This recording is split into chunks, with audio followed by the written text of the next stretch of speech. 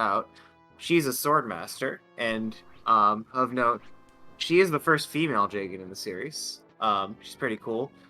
Below her is Finn, who is a cavalier, and he is carrying our Lord Leaf. This is a mechanic that was introduced in this game, known as rescuing. You may recognize it from the GBA games, where you can carry your ally units and take a stat penalty in combat while you're doing so. And finally, on the bottom is Ocean, who is going to his house to pick up his personal axe. Also note, when I walked Ocean up to the house there, I used a very not important thing you will never use any other time ever. If you go up to an enemy and you press the R button, it'll... Oh, well, not just to an enemy, but just whenever. If you press the R button, it'll automatically move the action menu to the wait command. So, this is completely useless casually, pretty much always, but it is useful here for like 2 things, so save like half a second that way. Pretty nice.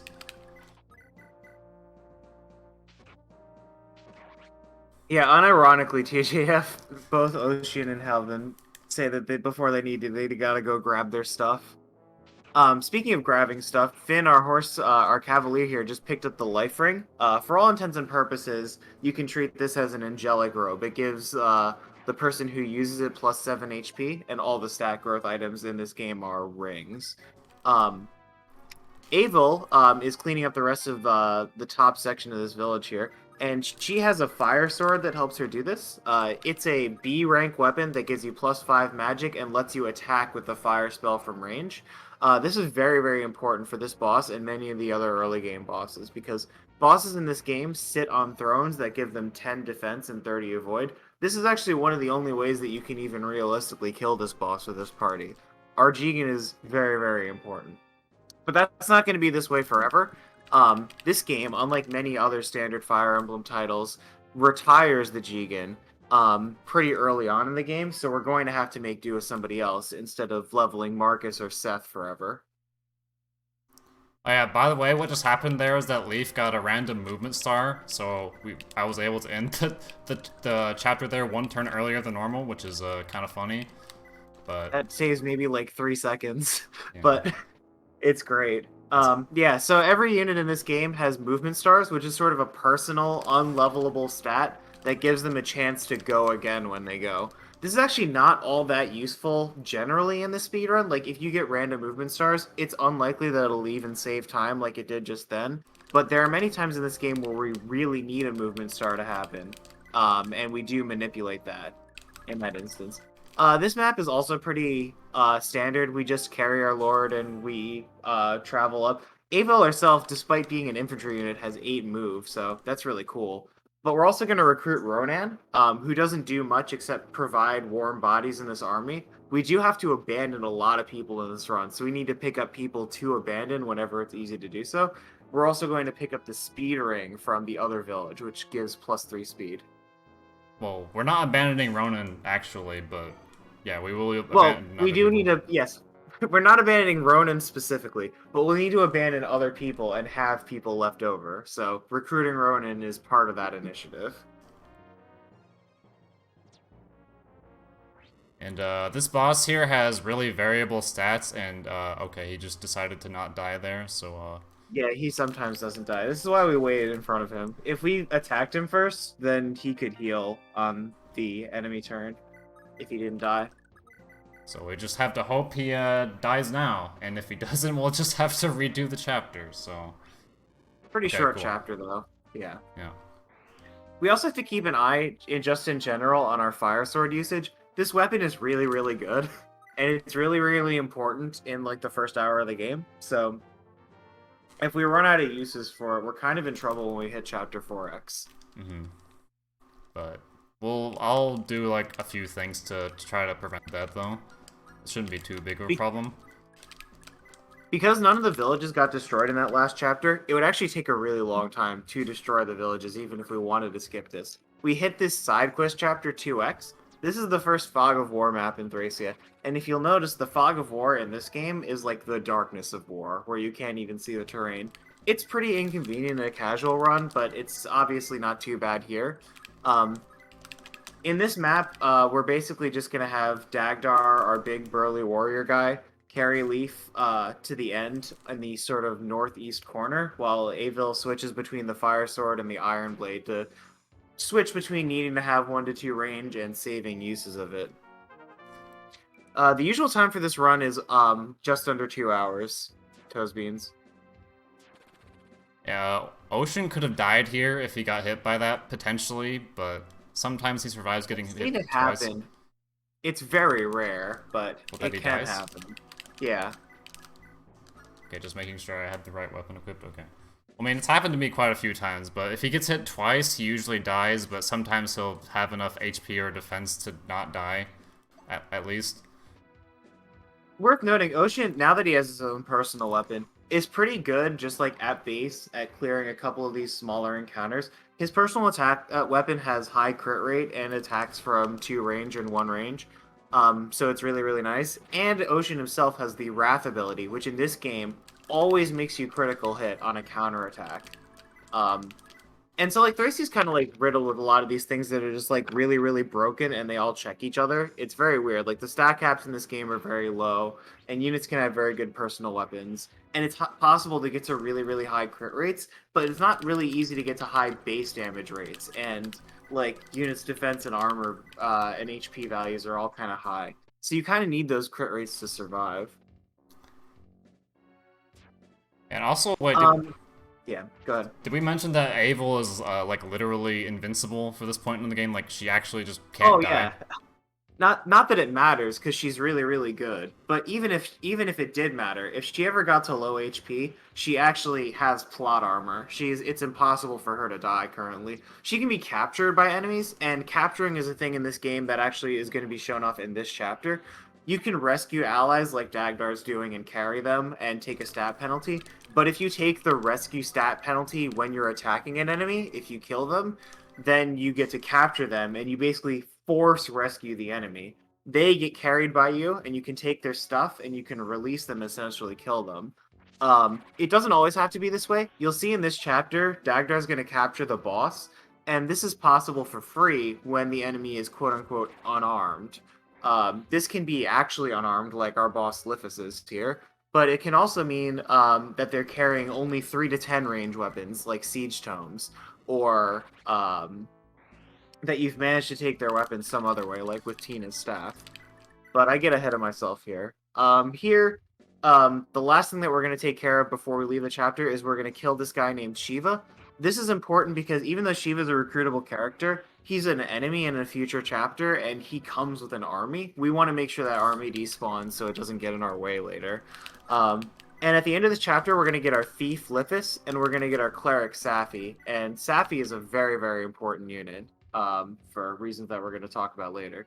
But in the next chapter, we're going to abuse Staff Missing to actually get Staffy more weapon XP. And we're going to introduce the very interesting and complicated RNG manipulation that goes on in this run.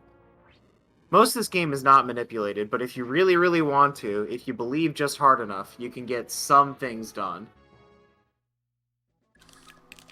So she almost didn't kill him, but Avil procced an adept there, so he died anyway, so it's fine. I'll need to think for a little bit here, just a second.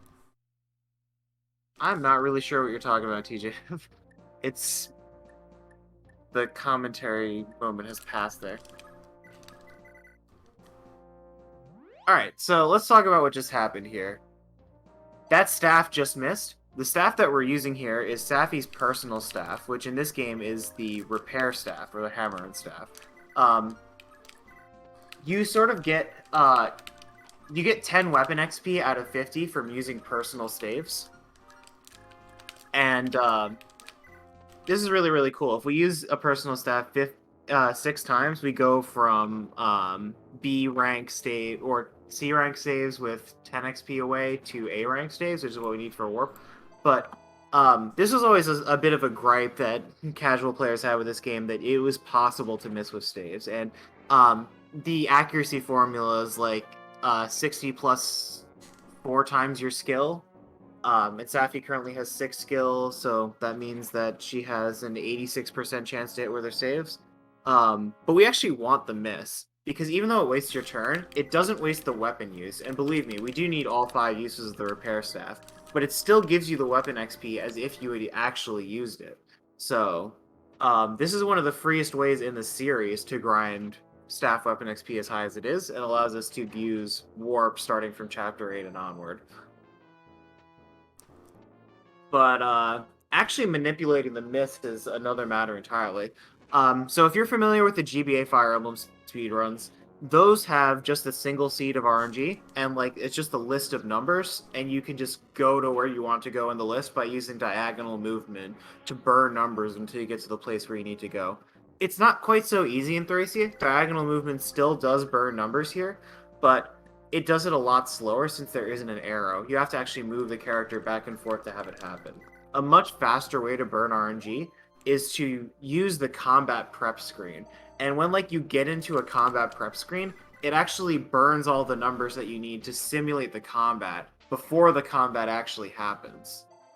So, like, what you'll see is Leaf is going to approach an enemy and like pretend to attack it, and then like Mute's gonna tick the combat window a lot. And that's going to refresh the combat prep screen and burn 3 random numbers over and over again. And that's going to get us to a certain position that we need to guarantee the miss. Now, unlike GBA Fire Emblems, there are 64 seeds in this game as opposed to just one. And we actually don't know which one we're in. The reason we can manipulate the staff miss anyway is we can get to positions where the same number is shared across all 64 of the lists. On entry 35 of the list, there's a 94 in every single one of the seeds, and that's what we're using to get the staff miss. There are other situations where there are other shared numbers that we're going to use, and they're farther down in the list, but they take similar manips. And there are still other situations where the manip is more complicated, and we may not be able to get something guaranteed, but we can take a look at all 64 of the seeds and the actions that we're taking, and gives ourselves the best chance. Sorry, can I interject and read off our first couple of donations, Sure. if you have time? Go for it. Okay. We have $10 from Space Hoppercopter with no message, and another $10 from Volty that says, "Good luck with the run. Really cool the opening is a Fire Emblem speedrun." Yeah, thanks for the good luck. As for the other things that are happening in this chapter, you'll notice that Lithis, our thief over here, just rescued a kid. That one's going to go back to the house and give us the warp staff. You'll also notice that our archer, Tanya, has been getting captured. We took all of her stuff so that she could be captured, not only as, like, capture bait, to sort of make it so that enemy units don't do anything, they waste their turn capturing her, but also, if Tanya is captured and dragged off of the map at the end, we get Dagdar for free at the end of Chapter 8. So that's really cool for, again, unit army reasons. Finally, Leaf picked up this other kid, this other small girl, and put her in between the army and us, and this kid acts as a human shield while we get the rest of our manips done. Okay, I'm just doing this kind of slow to not mess it up. Don't want to go at lightning speed in a setting where I don't want to like redo an entire 6 minutes. So not gonna see me go as fast as you would like in a not here, but whatever. Oh, no skill level up. The only level up Safi needs in the entire run is 1 single point of skill to make our lives easier. This game, for all people, you know, can complain about the RNG sometimes or the luck-based elements, like, in a speedrun, there actually aren't that many things that we really need to worry about in any percent, especially now that we have been able to manipulate Chapter 5, but we'll get there. Fire Sword ammo is looking pretty good as well. This guy's not particularly difficult to deal with. He just kind of usually dies. Probably like the easiest boss in this part of the game, really. I would say maybe. I don't know actually. I think Chapter 1 has given me this guy's giving me more problems than Chapter 1 boss has. Yeah. But yeah. Hey, really? I mean, probably more than him, but yeah, because that guy can't attack you. I've missed him more often at least. So yeah, we're also going to be setting up... Oh, yeah, go ahead. Yeah, we have to wait because that soldier didn't have enough build to be able to carry Tanya at full movement every turn, so he's slow, and we have to wait a few extra turns for him to leave. It's just funny, we have to wait for our unit to be The other one captured. didn't drag Savvy off, yeah. Yeah. Savvy getting captured there actually suppresses a line of dialogue in this cutscene. But one other thing I didn't mention about this chapter is that we are setting up for the next chapter here. Much of this army that we've seen is going to go away for the next couple of chapters. This is the infamous Manster escape section, where only our thief Lithus and our Lord Leaf are going to be thrown in jail with a bunch of new units, and their inventories are going to be spread across a lot of these chests here. Leaf is taking a light sword and a fire sword into this section, and Lithus is taking the Hazel Scroll and the Speed Ring into this section. And I'll explain what the Hazel Scroll is right now, I guess. The Hazel Scroll, like many of these Crusader Scrolls, there are 12 of them in this game, increases your growth rates. It gives you 30% HP, 10% strength, and minus 10% luck while you're carrying it. And it also makes it so that you're immune to critical hits while you have it, which is really, really cool. But now we're in this prison, and we got to break everybody out. We've got some new units. The person who's attacking right now is Brighton. He also has Wrath, much like Orson does. He's a dismounted Axe Knight, but he's much worse than Orson. He misses a lot. The person opening the chest right now with a chest key is Machia. She's just a Myrmidon, basically, who doesn't really do all that much. And our second thief, Lara, is with her. She is not much of a fighter. She just has a lockpick and exists to open a lot of these doors in this section, and later promoted to a dancer. Yeah, by the way, Brighton, the reason he's misses more than Orson is because just the weapon he's using has, like, worse hit. Like, I think the Poogie has, like, 100 hit, doesn't it? Or something like that? Yeah, the Poogie is a Vooge? really good personal weapon. Yeah, the Vooge. But It's, quite nice. Brian's using like the old steel sword that's like 70 or something. I forgot exactly, but whatever. It's bad. It's bad is what it is. Whoops. But yeah.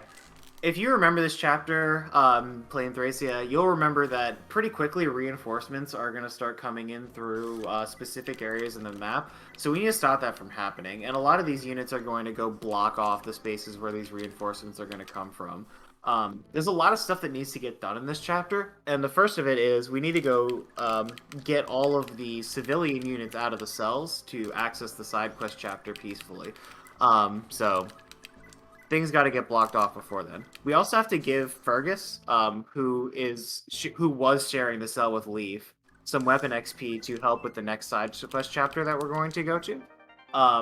Finally, we need to actually get all the stuff in these chests. And this is actually, even though the chest positions are random, not that big a deal. Because we're getting all of them, the two characters that can open chests just sort of do a loop, and you get to improvise their turns to make it work out.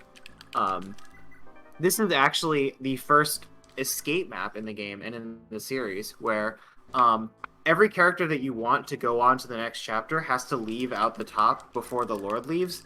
Anyone who leaves after the Lord, in this case, Brighton is going to be left behind, will be captured, and the only way you can get them back is to retrieve them in 21x. So that's just not going to happen. We basically consider them to be dead if we leave them behind in this way. Yeah, we're not going to save them in 21x either way, but I guess the game counts them as dead if you're not saved by them. But I guess they're effectively dead then. I don't know. Yeah, if you don't rescue them from that prison, I'm pretty sure the implication is that they get executed. And now also, might be a decent time for more donations if you have any. We have not had any recent donations. Okay. What was that you were saying, Mute? I was gonna say we're releasing these citizen prisoners for the Gaiden chapter or whatever right now. Yeah. I don't know why you would not release them if you're like doing this blind, but like usually the thing in a video game is to release dudes if they're there, but I don't know, maybe you have a reason to not do that. Wait, so that is... Well, if you let this chapter get the best of you and like you're being swarmed by Lance soldiers and it's your first time and you just want to roll with it, that's the only reason I can think of. Because these civilians will get harassed pretty quickly. I guess it is pretty difficult to save them sometimes. That probably makes sense.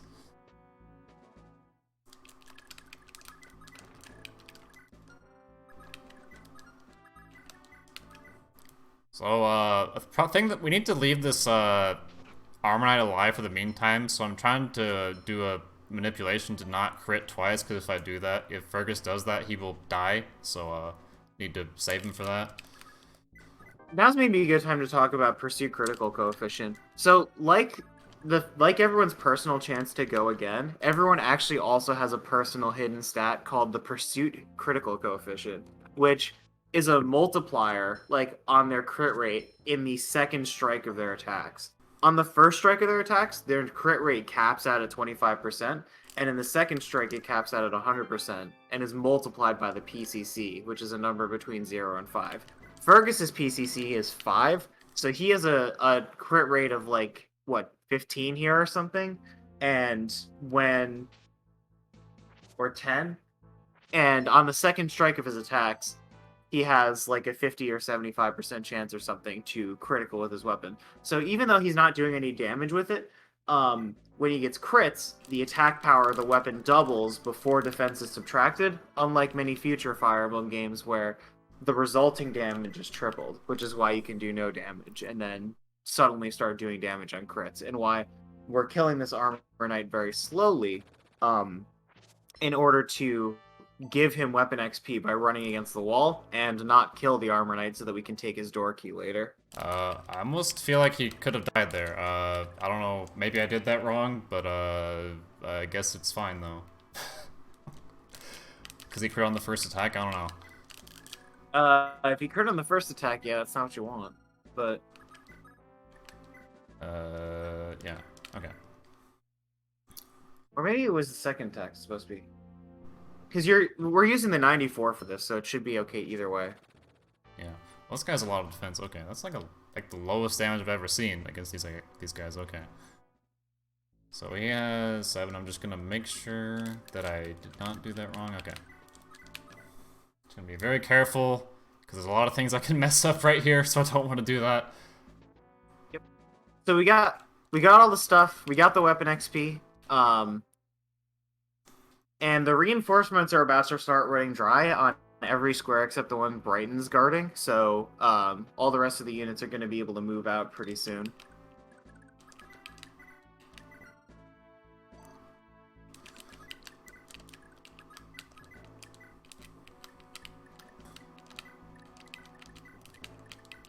A lot of inventory management here, especially considering the chests are random. We don't know who's going to get what.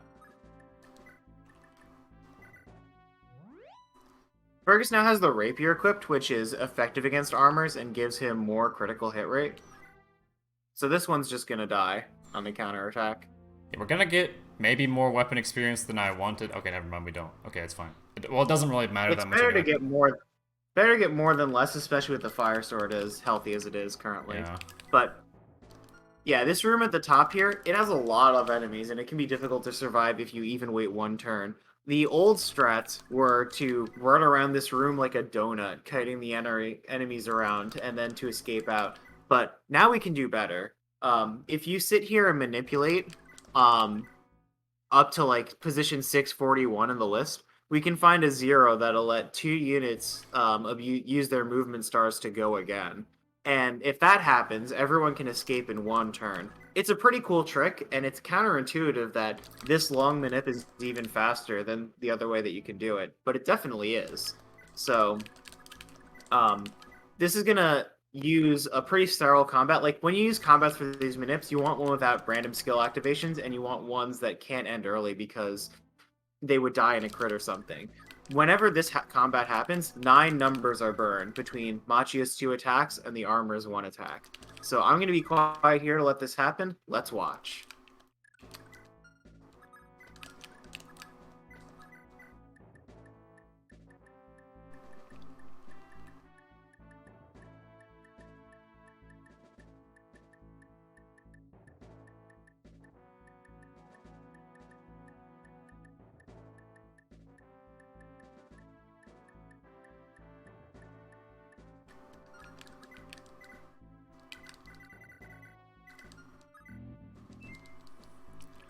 That's one.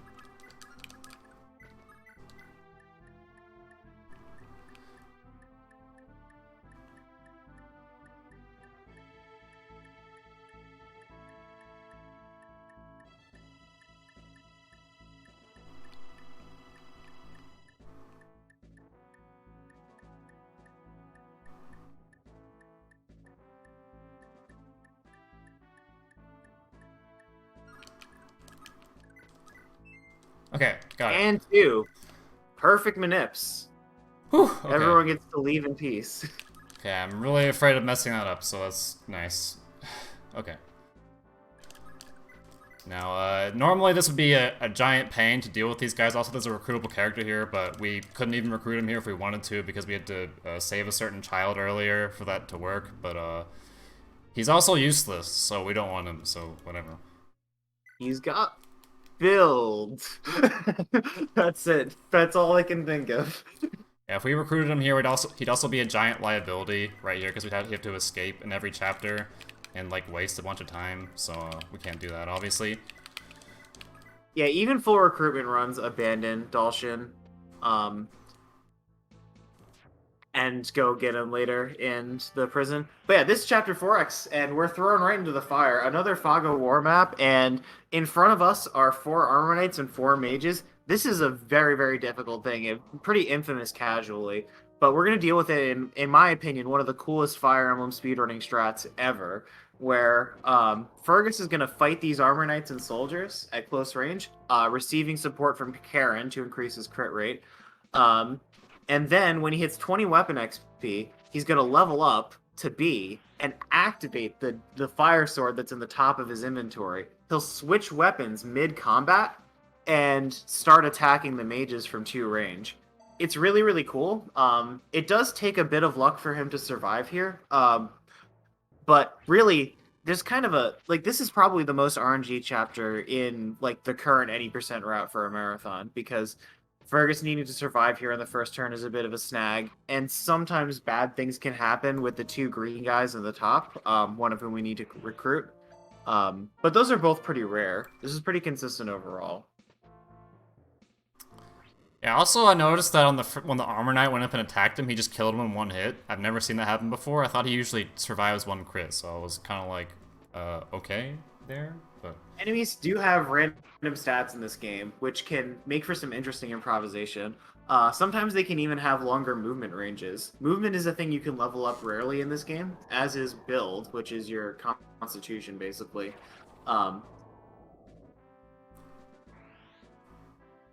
Wait, did we explain who that is at the top there? There's just like some dudes there. Oh, no, we did not. Yeah, so... Wait. Yeah, one of those dudes is why we're here. Asvel is the mage kid who's got his own personal tome, the Graph Caliber.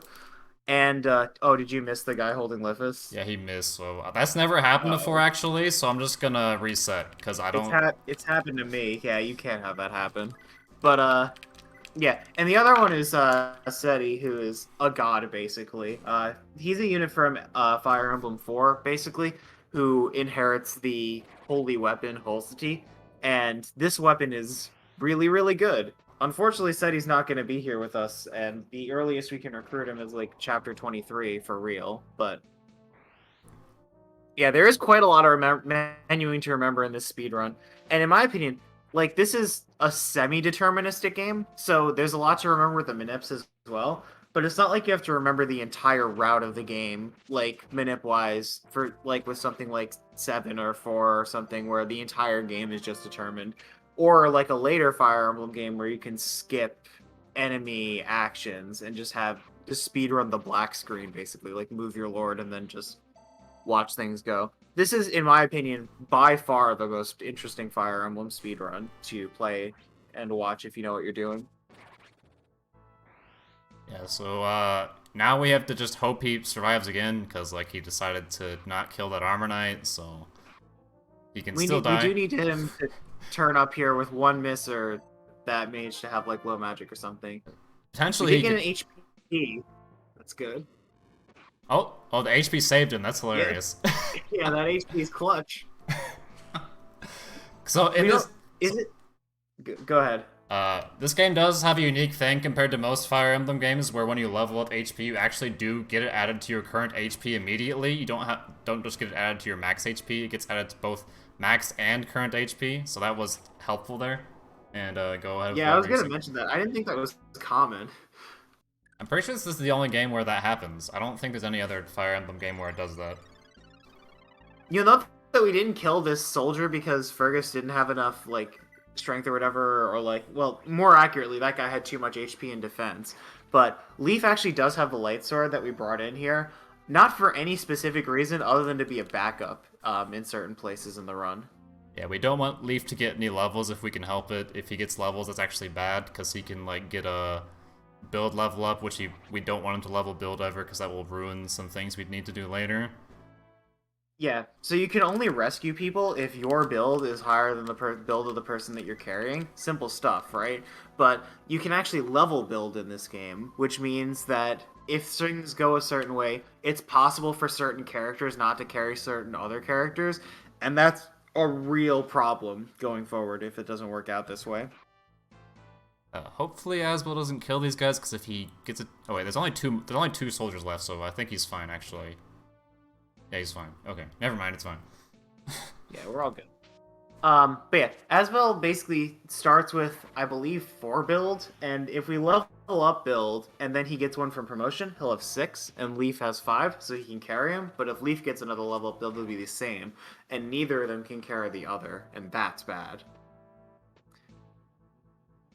Yeah, that's the only time that's a problem, is if you have the exact same build. Any other combination is fine in a lot of cases. Well, except here we need to have Asbel have more, of course. We can't have Leaf carry Asbel, that, like, wouldn't work. But, in some other scenarios, that's applicable, I guess. Like, I don't know if anyone would ever do, like, a Leaf run in this game. That sounds like, not a good idea, but...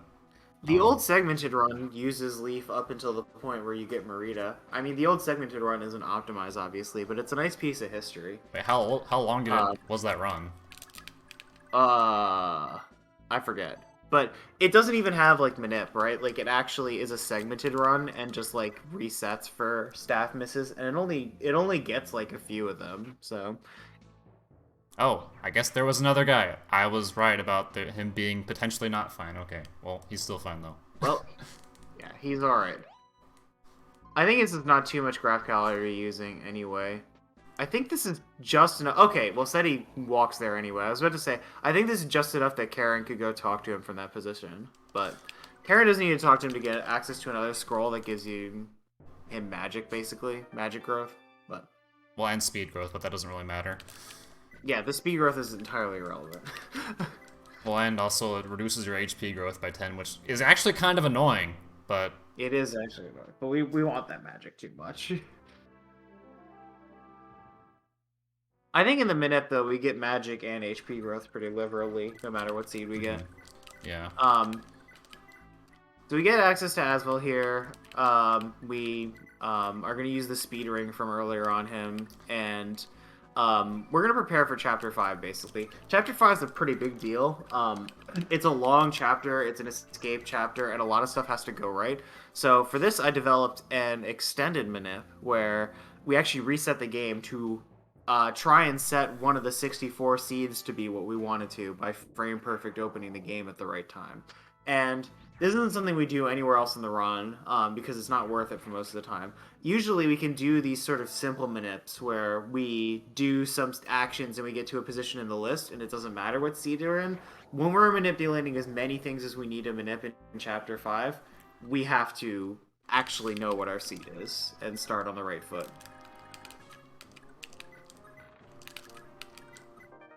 We're also going to pick up another life ring here, so Asbel's going to get HP. It's actually important for a couple of reasons that we get HP on our characters, but the easiest one to remember is fatigue, basically. That past Chapter 8, once we get access to a prep screen, people that get used too often, you accrue a fatigue point from battle and more fatigue points for using higher level staves. Basically, A rank staves like Warp give you 5 fatigue points. If your fatigue goes over your max HP, you have to sit out the next chapter, unless you use a stamina drink. So Aswell's going to get a life ring to prevent him from being fatigued after this escape section, and Safi's going to get the other life ring to prevent her from being fatigued in many situations where her low HP and need to warp staff constantly gets the better of her. Yeah, the warp staff gives 5 fatigue, which is, I think, like the biggest fatigue expenditure in the entire game. So Yeah, exactly. pretty big deal for staff users when they warp fatigue specifically. I mean, like in this It run, makes the game really interesting, honestly. in this run specifically, fatigue does not really matter for anyone other than staff users, other than Asbel. It matters for Asbel one time exactly, otherwise it doesn't matter at all. Because, like, he has so much HP, like, and we're not really gonna be fighting 50 dudes in one map either, so you're never gonna fatigue him. It's, like, impossible, basically. Unless, like, you're just doing, like, you're, for some reason in the middle of this run, deciding to kill 50 enemies. I don't know why you would do that, but you could, I guess. But there's a cosmic balance to all. Like, if you're playing casually, say, and you have lots of units, then the normal fatigue starts to matter more. But if you're warp skipping maps, like in a speed run, then all of a sudden the staff fatigue really kicks in, and you have to route things carefully to avoid getting stuck, essentially. Without staff users when you might need them the most. Okay, so I'm gonna go let Ghostwill explain whatever I'm doing right now, because it's gonna be confusing. Yeah, so let's see. Oh, that didn't work. Yeah, so like I said, this is an extended manip. We're gonna try and frame perfect boot up the game at the right time. I've developed it so there's an 8-frame window to hit here. Up, we got it. Okay, that one doesn't work, so I need to. Well, I might have to sit here for a bit because like I can't do that one because it just doesn't. I really should go see what you're talking about with that because I'm pretty sure it does work, but yeah, maybe my notes are just wrong. Might have to take a few minutes here in case, but just to make very sure that I get the one that works, that I know works. I mean, well, there's only one that doesn't work on here. One of them doesn't work if Fergus doesn't have a build. Did Fergus level build this run? No. Yeah. Well, I think I might need to be like change how I'm like pressing the buttons or something because I'm like getting the same one every time or something.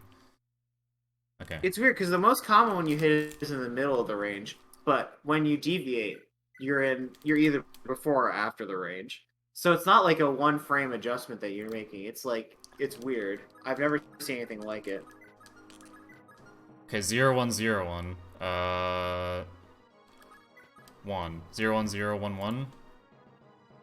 Wait, is this one works? Okay, he didn't level build. Okay. Oh goodness. All right. Well. Game is fun, Fire Splitter.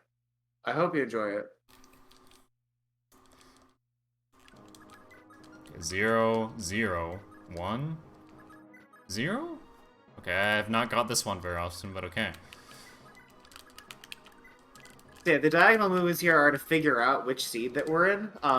Actually, funny enough, a lot of the seeds are equivalent in diagonal movements. So if you were to just like start up a random game and do diagonal movements, you could only narrow it down to like 2 or 3 seeds. But because we like frame perfect start up the game, there's only a few possibilities of seeds that it could be. So we actually can narrow it down precisely. And now we're basically playing the chapter like a Fire Emblem 7 map. And like we're using diagonal movements. Like every combat burns RNG in a specific way. Like every prep screen, every diagonal movement, and we just know what's going to happen. And what we're manipulating specifically is combat. Asvel needs to survive, not use too much of his graph caliber, not get fatigued. And usually getting fatigued in this map means not killing enemies and having to fight them like 2 or 3 times. And not dying to the top section, which usually kills you, the boss and the archers. And we also want our level ups to go well. We want to get 1 build level up, which we got. There's a 10% chance to get it, but over 13 level ups, it's actually pretty likely to get it. We just want to get it out of the way in a marathon setting in case the minute breaks down later. And we also want to get magic and like skill and HP and whatever, mostly because of this chapter, actually. Azel's ridiculous promotion is going to take care of him in the second half of the game, but in this chapter, many of the combats are dicey, so we want to smooth it out and make it consistent. Yeah, also, what happens here is that on the first turn we let Avel get captured by taking her weapon away and throwing it away, so normally when you play this game, you're not going to see this until you open the door on the right side there, but since we did this, he's just gonna stone her immediately, and Avel is basically gone, as far as we know, She's for the rest of the MIA. game. And Well, so is Nana. Rip Nana. Yep. This is casually a section that like is usually kind of annoying or interesting to deal with, where you have to get them out of the arena. Even though we would like to have more people, it's not worth it to deal with Nana. And like we're getting rid of the two people that captured them as well. Their AI lets them drag them off of the screen. Even Abel, who's not actually being carried by the Swordmaster anymore.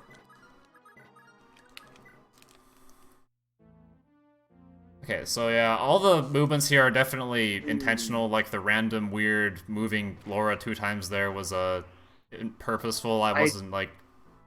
Sorry, what? Don't know if you still have Manip. Why? Because the way you moved Lara didn't actually make a diagonal movement. Wait, what do you mean? If you moved her just one diagonal, it's around the pillar, right? So... Well, that's the level it got last time, and it worked, so I'm pretty sure that's fine. Alright, it might just be a different thing that works out then. I'm just saying, that might also be the reason why the other Manip isn't working, if your Lara movement was like that. Oh. Wait, well, how was I supposed to move her? Like a different way? You move her 2 up, because that's how you get one diagonal. Oh. Well, he crit, so, I think that's Yep. correct. I'm pretty sure it's fine. It might just have realigned then, which is fine. But I'm saying that if that might be the reason why the other one isn't working. Oh, okay. So I'm gonna be really careful here to not mess up something.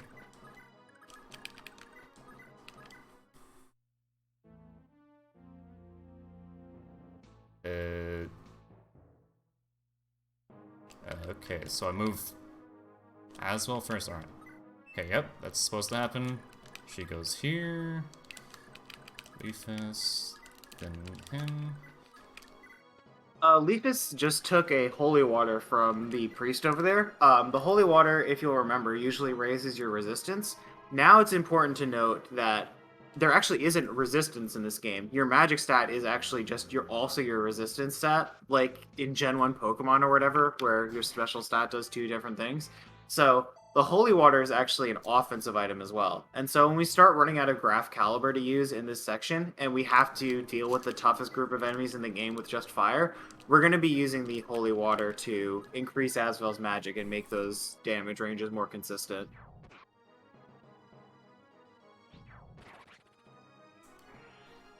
Also, one of the main reasons that the manipulation is being used here is for the group on the top side there, which is probably one of the most threatening encounters in the entire game, probably. So, Yep. not very reliable, normally. As far as I know, They have wildly variable stats, and they're very, very strong. And you, Asvel, like there's 6 enemies, and you have to take them 2 and then 4. Asvel usually die in 2 hits. But with a combination of good level ups to make it like 3 hits, and actually manipulating the combats themselves, this is not that bad. This is why we developed the extended manip in the first place. It would suck to be here in a marathon, go through what is essentially 10 or 15 minutes in this chapter, probably 10 to get up to this point, and then fail because Asvel died, or even worse, if he didn't level the build. Yeah, he has a 75% chance to level build over like the 12 levels he gets, but 75% chance still means 25% chance to not get it, which is a lot still. It's heartbreaking when that happens after you survive. Like you got through the hard part and then you just didn't get the build. Okay. So only a few more turns left where I have to be really careful. So just gonna be as careful. I already said that a lot, but whatever. I don't know how else to emphasize it. But yeah. When we start warp skipping, we'll have to be less careful. It's gonna be much easier from there.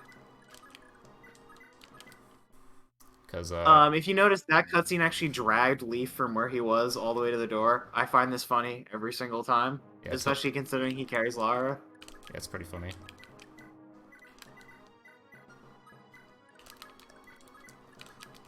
I didn't talk about how he got these fire tomes in the first place, but thieves in this game can actually take the weapons out of people's hands. It's awesome. They need to have more build than the weight of the weapon being taken, and they need to have more speed than the person they're taking it from. And so that actually means that it's pretty niche. One of the only things we can even take is these fire tomes. Most of the other weapons are too heavy to steal. That's a level up. Yeah, you can't just like steal a great sword or like a long sword from someone just like that. That would be kind of ridiculous. So the game does have a way of balancing that at least.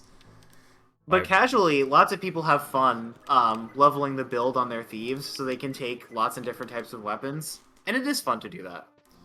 yeah, Not really worth it in the speedrun to manipulate or worry about.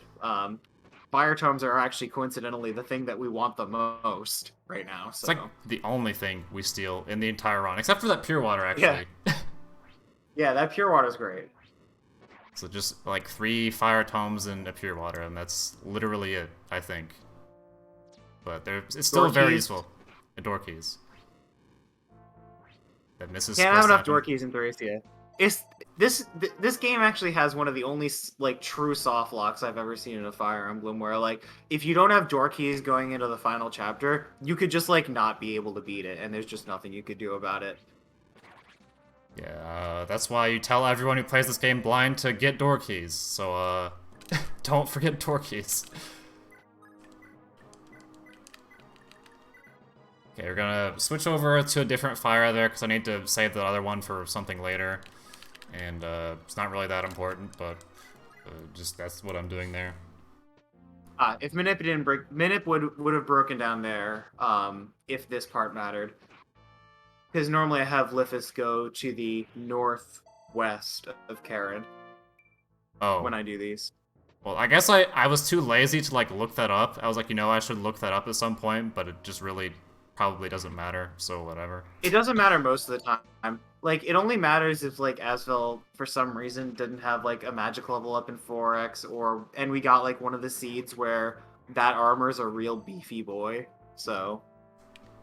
Yeah, also, now Leaf will tank a meteor, because he has to be in support range. Like that. Yep, but now he's gonna peace out. Yep. I think that spot right there is exactly in a... Oh. Yeah, that'd be why I manip this section. Um... Because sometimes that can matter. How many graph He does calibbers? have enough HP. I mean, he's not gonna attack, but depending on how many graph caliber uses I have left, I can just attack the bishop with the graph caliber next turn, and then He'll still be fine, yeah. I think he hasn't. He has like 7, right? He has 6. That's one too few. What's gonna have to happen, I think, is... Like, equip the other fire and wait.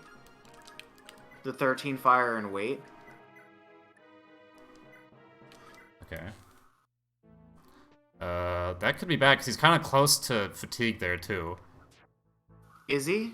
Yeah. Well, there's not really a way to avoid this, I think, unless we, like, pray for graph cal crits. Yeah, he's, like, fatigued now, I think, like, pretty much no matter what.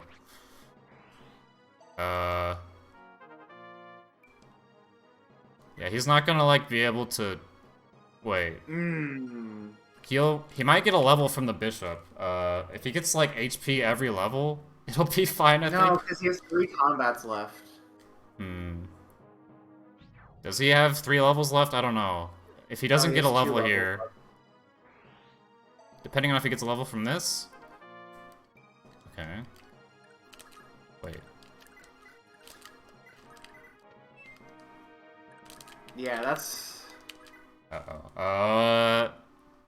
I don't know if he gets enough experience from the other 2 guys, so... He doesn't. He doesn't. Not for 2 levels. He will for 1, but he takes 2 combats, so he will be fatigued.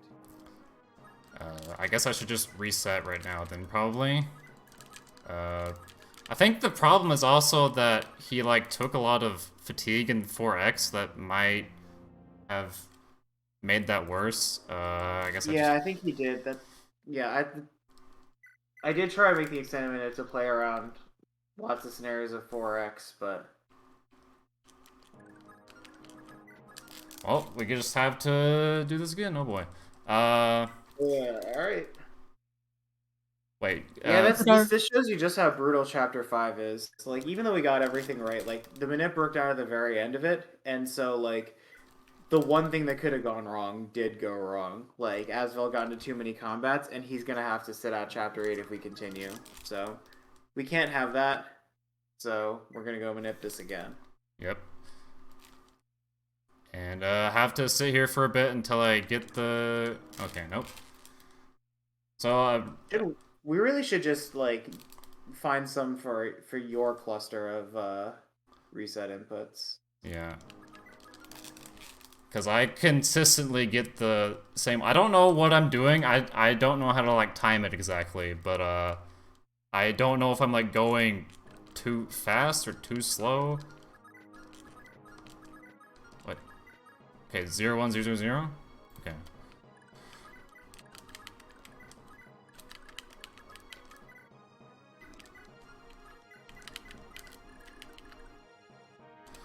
One, 2, 3, 4, 5, 6. Alright.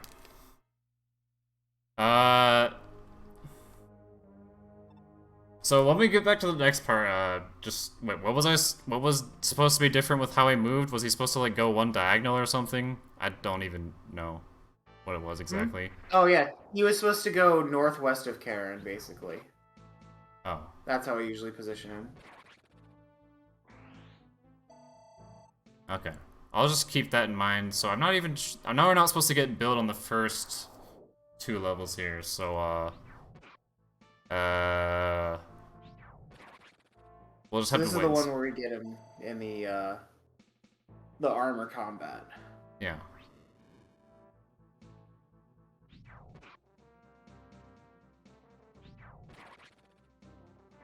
Okay, so he shouldn't level build here. If he does, it means it's wrong. Okay, that looks like it's correct, so that's probably correct. The reason he doesn't level build here is because I couldn't find a level. Like, so I would be surprised if it happened. Mm-hmm. So wait, what was that? That was like 15 minutes or something? Do we have to redo now? So like, this is like the worst place to like have to do that, but like, it was... whatever. To watch this scene again, oh boy. You enjoyed Avel getting stoned one time, you get to see it again. You came in after this manip was developed. She doesn't understand the Dark Ages. I've grown so tired of this cutscene. I've had so many runs die to this just because of like natural RNG screwing me over. I mean, that's how I did it without the manip for a bit too, but not that long though. Yeah. I experienced that pain at least for a bit.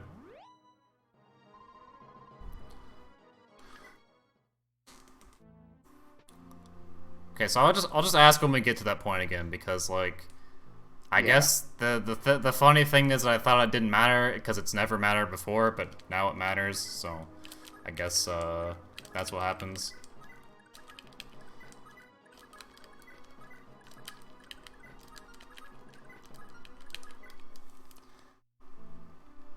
We have another $10 donation from Filthy that just says, "We love Muty."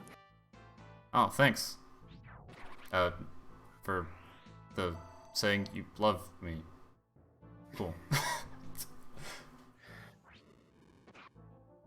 Wait, what else is there to talk about here that we didn't talk about last time? I don't even know.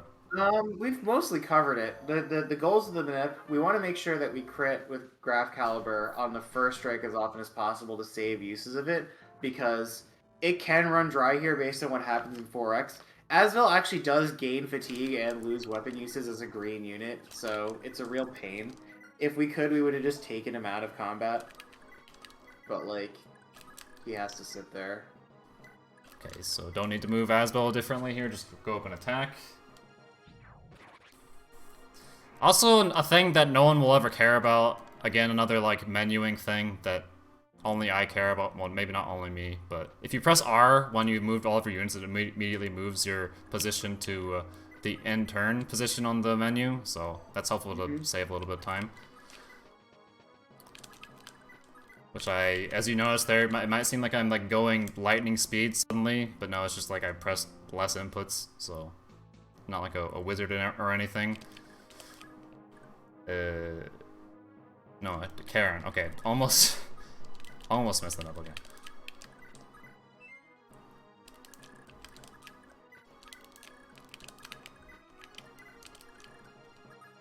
Yeah, so keep in mind, like, 2, this is fully manipped, but 4, I have this plan 5, set up for, like, 6, 8 different seeds, 7. and, you know, my notes are not, like, fantastic for other people to read. This is a lot to process, for any runner, like, dealing with all of these different plans, and making sure that they go, like, if you make even a single mistake here, you move one guy differently, or even pretend to move them differently, then the whole minute goes out the window, so...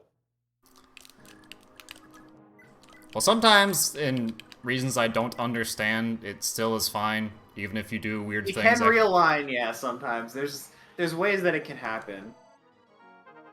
Like, usually the way this happens is, like, the movement wasn't actually that different, or, like, the way the enemy move... Like, when I was doing these manips, I would often find that I would need to burn, like, 3 or 4 numbers at a time to get something different to happen, because, like, the enemy move would adjust, and you would burn the same total number of numbers anyway. Very, very weird stuff. Yeah, I don't really fully understand the RNG. I don't even know if you do either. Probably not. I pretty much I understand the RNG more than as much as anybody can in this game. Routing this game is very fun, but this is, make no mistake, this is by far the most difficult game I've ever attempted to route in my entire life. Coming up with manips often requires writing programs to go through this table and, like, simulate scenarios. Doing extended manips takes hours in front of an emulator. Like, doing deploy routes requires days in front of a spreadsheet for me. This is really quite extraordinary. Yeah. So he has 5 Graph Caliber. I was really scared for a second, but 5 is actually fine. Okay. Because if he had 4, that would be really bad, but 5 is fine. 5 is fine, but it's not buffer. So, hopefully this works out okay.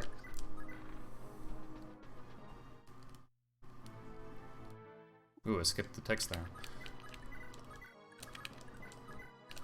Oh yeah, I forgot to complain about the cutscene skipping in this game. It's really, like, you either get the frame perfect pre-cutscene skip, or you have to, like, wait for the text boxes to come up, and you can only, like, skip the text in between the frames of, like, the text appearing. I've never seen anything like it.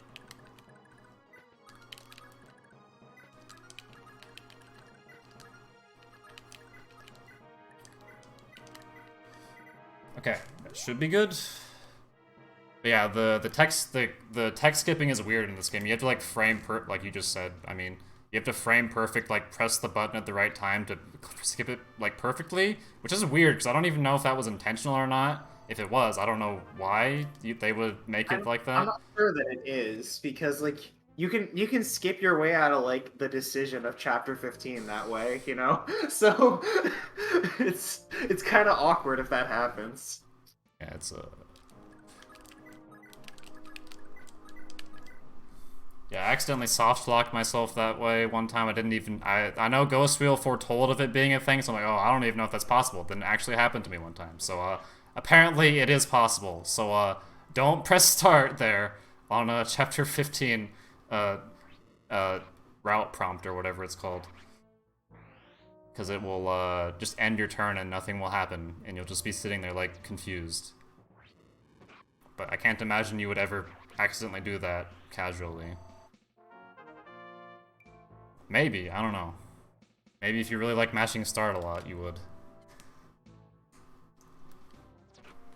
Okay, so he has more HP than he did last time, so that might be good at But least. of note, he did get two shot by that guy, so that just shows you the danger and why I needed to come up with this extended minute for a marathon setting. Wait, so where do I move Leafus? Just tell me where do I move? So I Northwest of Karen. Okay, so Karen goes straight out, and then well, I'm supposed actually, to move Leafus first, right? Yeah. So that's it. So you move him all the way to the left, and then two up. Well, yeah, sorry, yeah, you go Right here? Yeah, that one. Yes, that's the one. That's the one. Okay, then Karen just here. Yes. Okay, well I already did it, so I guess maybe I shouldn't Yes. have asked. Whatever. No, but you're good. But I don't think it's gonna matter this time because he has more HP probably, but maybe. Okay, If you don't see Asvel doing some weird nonsense, it probably means he doesn't need a crit or an adept hit on that guy to kill him. A couple of these seeds do have like that armor is the last stand for this run basically. That armor can have magic or HP to like make him not get two shot, and then it's a real pain fatigue wise as you saw earlier because he'll heal himself. Oh, he dodged it. Wow, that rarely happens.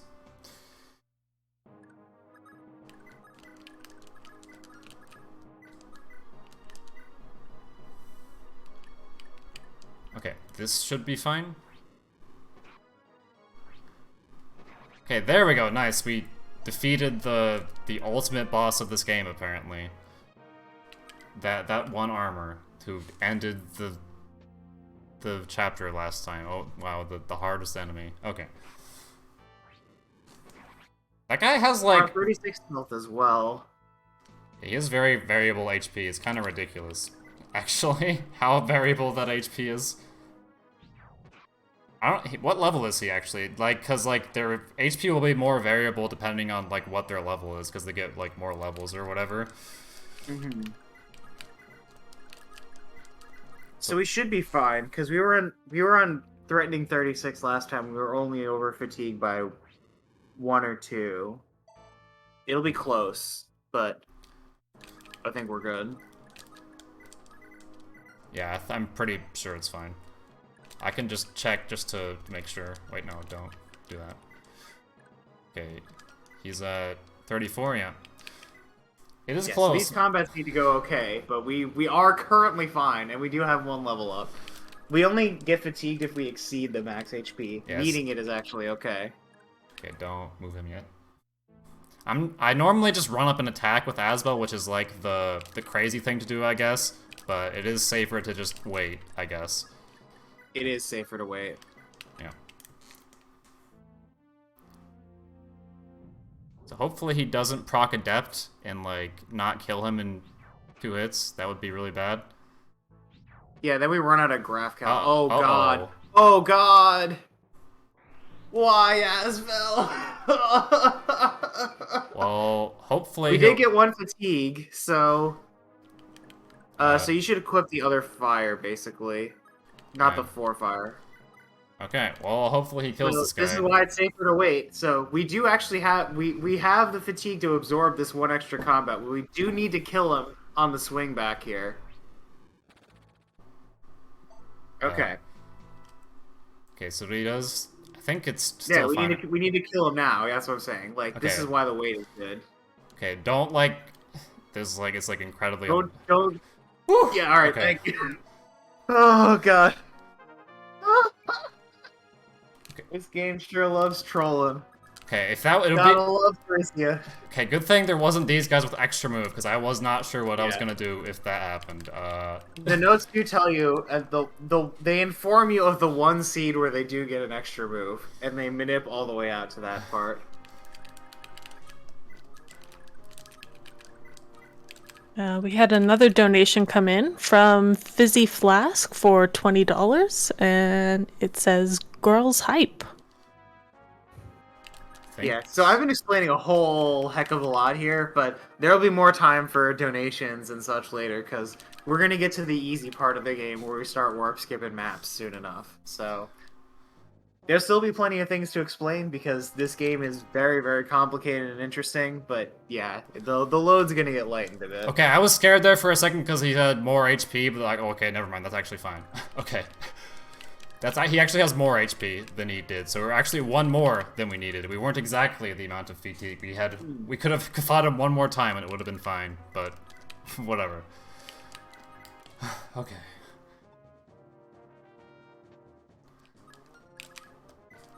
That was nearly heart attack moment there. Right, yeah. So these next two chapters round out the Master Escape section, but they are much less dangerous than before. This is more like stealth. We can actually just sort of escape these maps without getting into any combat at all. We reveal that Karen was a dismounted Pegasus Knight all along, and we use her to fly all of the other units over the walls and avoid all of these enemies and all of these villages. These villages won't even give you stuff anyway. In order for them to give you something, you have to save the kids in 4X that are the children of the parents living in those houses. So, I mean, you know, we're jerks. We didn't do that, but there's nothing that we needed from them. Wait, you get Hicks if you get some of the kids there, but Hicks is completely useless to this, and he would be a complete waste of time to get, so, we're not getting him. And we didn't need to get the kids either for him, so, bye Hicks. As far as we know, he doesn't exist in this context, I guess.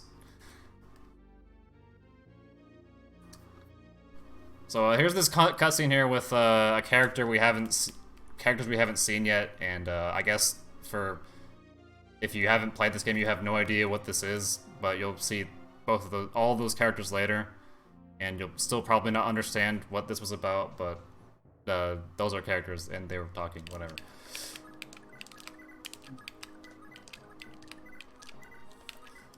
So here we just kind of. Like Ghostbill said, there's no combat here. We kind of just leave because there's nothing no reason to fight anything. And we're gonna go here and buy a bunch of door keys with Leaf because door keys are important. Yep, there are two shops in this game that we take, and this is the first of them. The first is to fill all of Leaf's inventory up with door keys, and the second is to buy a single stamina drink in Chapter 14 later on. We have more money somehow. I'm not sure how, but that's cool. That's the highest money I've ever seen. Well, I sold the javelin. I think I did like the menuing weird or something, I guess. Because you don't need to sell the javelin. It's like a slight time loss there if you sell the javelin because you don't need to, but I just put it in his inventory. It's fine. It's like of all the items we get in Chapter 4, we actually either use or sell all of them except for the javelin. The javelin is just like, it's the odd one out. It's just useless. Like I said in previous escape chapters, we have to make sure that we do escape with everyone else before Leaf. If Leaf goes first, they'll be left behind. It's the thing that every casual player, like playing this, it's the mistake everybody has made at least once if they weren't told about it explicitly. Because even in like future games, right, like escape maps in Fates are like Siege maps in practice, where like I think you just have to escape with the Lord and you're okay. Or escaping first with the Lord, and then, like, escaping with other people works as well. Yeah, I think part of, like, the original translation was a problem with that, because, like, apparently in the original translation of this game, it didn't make it clear that if you leave with Leaf first, it abandons everyone. But apparently in Japanese, it doesn't do that. It makes it pretty evident that that's the case. I don't know exactly, because I haven't read this game in Japanese yet. I think the original translation says, like, makes it seem like Leaf is like being self-sacrificial. It's like, you know, I won't leave you behind or something like that, and it's just like it is a bit vague. Mm-hmm. But like in Japanese, they have like these air quotes around escape. It's like you have to air quotes like escape before I do, you know. So it makes it very clear that this is the game mechanic that we're talking about. Like I guess by the quotations marks, you mean like the little, I don't know what to call them actually. I don't know what exactly they're called. Things. Yeah, the brackets. Yeah, like basically quotation marks in Japanese. Oh wait, so enjoy this promotion, by the way. Check out these stat growths. Oh, thanks for the raid, Moonbeam. That's +5 magic and skill, and well, we would have gotten like +6 speed, and we also got like +4 defense as well. Keep in mind the stat caps in this game are 20 as well. Most of the time you get like 2+2s or +3s for a mage promotion or whatever. But this is just about double that, and in a game with like half the stat caps. I'm not really sure what the reasoning is, but I'm definitely on board for it. Wait, on board? Asvel is ready to wreck. What, the having ridiculous stat gains on promotion, you mean? Specifically? On the stage promotion, yeah, exactly. Oh, okay. I will say there is actually a more ridiculous promotion in FE in the game before this one, where Levin gets like 9 magic on promotion or something ridiculous. I don't know. Is he really? Yeah. That's crazy. But he's not nearly as good as Asbel still, even despite that, because he's. Well, I mean, and his game is easier, so you don't notice. Yeah. Like Levin and his kid Seti have the Holsity, and they break that game wide open, but so does everything else. You know, Thracia is scrapping. Scrapping, yep. I mean, you gotta fight for your gains in this game. You gotta fight to be able to kill bosses. Even though we're powerful, some of these boss kills are just far from guaranteed because we need to make sure we get crits, which we do with like Pursuit Critical Coefficient, and we need to make sure we don't die, which usually happens, but can often require support. What, making sure you don't die usually happens, or dying usually happens? Which of those?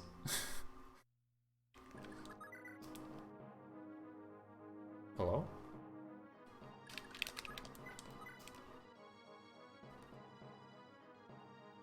Don't forget to make Asvel over here.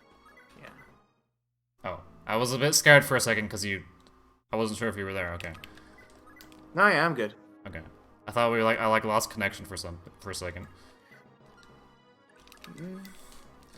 Okay, well, now we get on to the first chapter in the game where we actually get the deployment menu, which is kind of funny because we're like halfway through the run almost.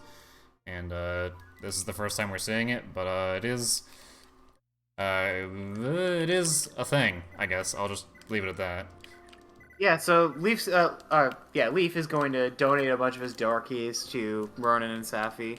And Safi's going to go pick up the warp staff that we got from rescuing that kid all the way back in chapter 3. Then we're going to go repair Asvel's Graph Caliber. Was that the fire? Yeah, I forgot that he had fire on first. Whoops. Move that around. But yeah, we're going to repair their Graph Caliber, get that A rank, and then start using warp. Yeah, it's going to be pretty cool, because warping people to the end of the game and killing all the bosses is going to be a fast way to complete it. We're also going to move Carrion, who's this other horse that we just picked up, to go recruit another character. Another thing you may or may not have noticed in Chapter 3 is that we took all of Marty's stuff. Marty is a pretty underwhelming character, but he's actually an enemy in this chapter. And that guy that you saw moving toward the shop is him. In this game, because Marty had his stuff taken before this point, he came into this chapter without any stuff. And the AI, when it doesn't have weapons for one reason or another, will actually go to the shops to buy weapons. It's really cool. And we actually need that so that he can get himself closer to Carrion, so he can capture Marty and recruit him by capturing him. Wait, oh, that's fire. Okay, well, that maybe... It may work anyway. I usually just, he will if he... Okay, cool. It's fine. Yeah. You be careful about the chapter 10 menu though. You should equip the Graph Cal first and then the bad fire. I just usually never have fire equipped there, so I'm just really used to not having fire, but whatever. Also, it's good that we say there. Yeah. Also, what? We recruited Marty so that he can be immediately abandoned right now, so Yep, this was all really important. But we had to do that cool thing that only happens in Thracia to do it. Yep. Have him go buy his stuff.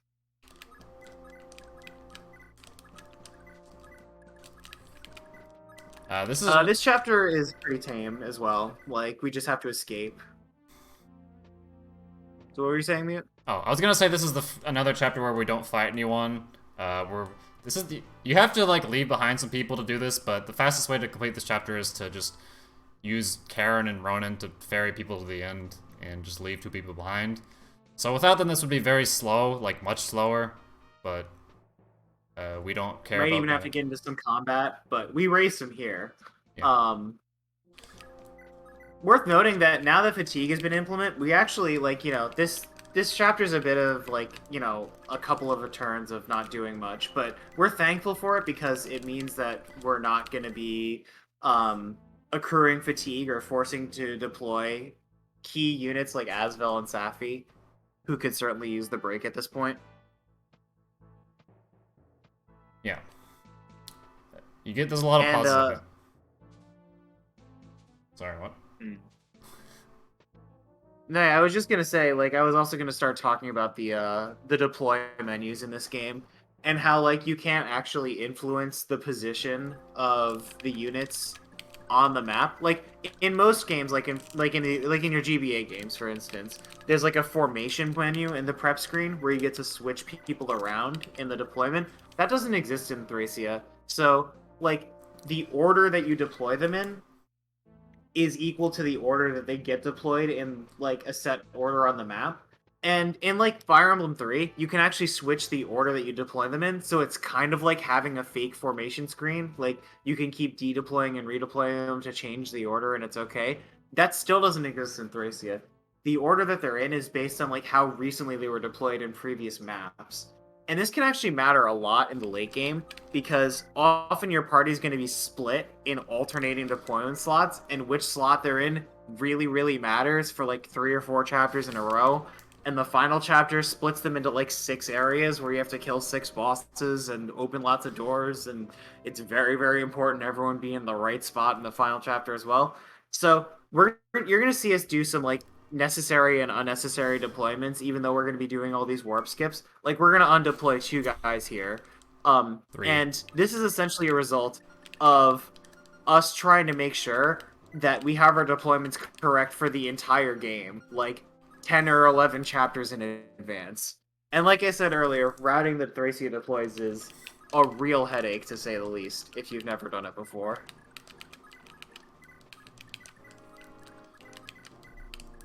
Yeah, you can read up some more donations. All right. We have a $25 donation from Moonbeam, and with no message.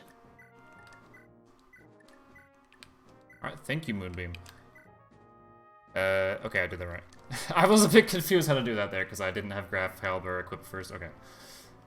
So the strategy here... This chapter comes... Go ahead. So the strategy here is to have fire like a low use fire equipped, so that we're gonna be attacked by like 4 different enemies here, and we don't want to use Graph Caliber for all of them because we kind of need to save uses. So that the way this game works is that when you run out of uses on a tome, it actually disappears and you just use the next one you had in your inventory. So when the fire tome runs out, he'll equip the Graph Caliber, which we need to kill the boss. So kind of a weird trick there, I guess. It's not really necessary. It's usually how it works. Yeah. But it is usually how it works in other Fire Emblem games. But for this game, for melee weapons, if your sword breaks, you actually carry around a broken sword, and it's like a really crappy weapon that you just keep using. It's really heavy too, so you like lose a bunch of avoid. Unless you have 20 con, I but guess. Magic is cool. Yeah. But yeah, in this chapter, Olwen and Fred, who just attacked Asvel, spawn basically, and they're plot armor invincible units just like Ava was, but on the enemy side, which is why we don't care about killing him. Is Asvel getting too swole here? I don't think Finn's going to be able to pick him up. No, he only has 7 builds still. Okay, cool. Sometimes... Oh, I thought that was an 8 in run level. I think it was 7. I'm not sure. Yeah. Whatever. We'll see. I think you're probably right. Yeah, 7. Yeah, I'm blind. Oh, whoops! I left the A button. Whatever. So I lost like a half second there because I let up on the A button to slow movement from that Cavalier because I thought the turn was over. But whatever. It doesn't matter. Yeah, you got. In addition to all the menuing, which is, you know, pressure on your fingers, you got to hold A button during all the enemy phases and like spam start and stuff, just to make sure that everybody's going as fast as they can. Yeah, if you've ever played any other... The GBA games also have that mechanic too, I believe. Having to hold A to have movement go faster. Wait, I think Safi still has 9 skill, right? So that could have missed still. Yeah. Oh, now she has 10. Never mind. Okay, she picked it up. Wait, no, don't Good do job, that. Sappy. Oh yeah. For It's the a common misconception. Go ahead. This is okay. probably more relevant. What I was going to say is that in this game, you need 10 skill, and your staff won't miss ever. So if she's at 9 skill, she has a 4% chance of missing. Not very much, but it of course can happen, and we'd have to reset the chapter if that happens. So nice if we have a chance of that never happening, or if there's no chance of it happening. Whatever. Anyway, whatever you were explaining. Yeah, it's a short reset if it happens. But I was about to say it's a common misconception because the hit rates for weapons cap out at 99. That even at 10 skill, staves can still miss, but it's actually not true. You don't even burn a number, so the game is not checking for any hit rate if you have 10 skill. And this actually matters for future manips, like in Chapter 12's manip of the AI, where we have to burn one fewer number if Safi doesn't have 10 skill because she's going to burn one more when she uses the staff. Oh yeah. Thing about this boss is that you can't actually kill him. He's invulnerable, and how he works is that he'll immediately teleport away the turn after he's attacked or he attacks you, like he just did. So, the thing is that he has plot armor because he's supposed to appear later in the game. But yeah, a lot of plot armor going on in this section. I mean, I think it's better than the old I've been defeated here, but I can't die or whatever. That's kind of dumb in my opinion. I think I prefer this, but I guess you could still say it's kind of annoying because like the game is cheating, I guess. But whatever. Speaking of 99 hit rates, I think this is why we have 99 hit rates, like to make the plot armor a believable thing. Like because you can theoretically always miss, if you just happen to, then, you know, you'll never know in the game that they had plot armor in the first place. Yeah. I don't know the exact reason for it, but that could be an explanation. I have no idea. Kaga does some weird things sometimes, but I assume the reason is probably could also just be because they wanted to be like, oh, you have a chance of bad crap happening whenever, I guess.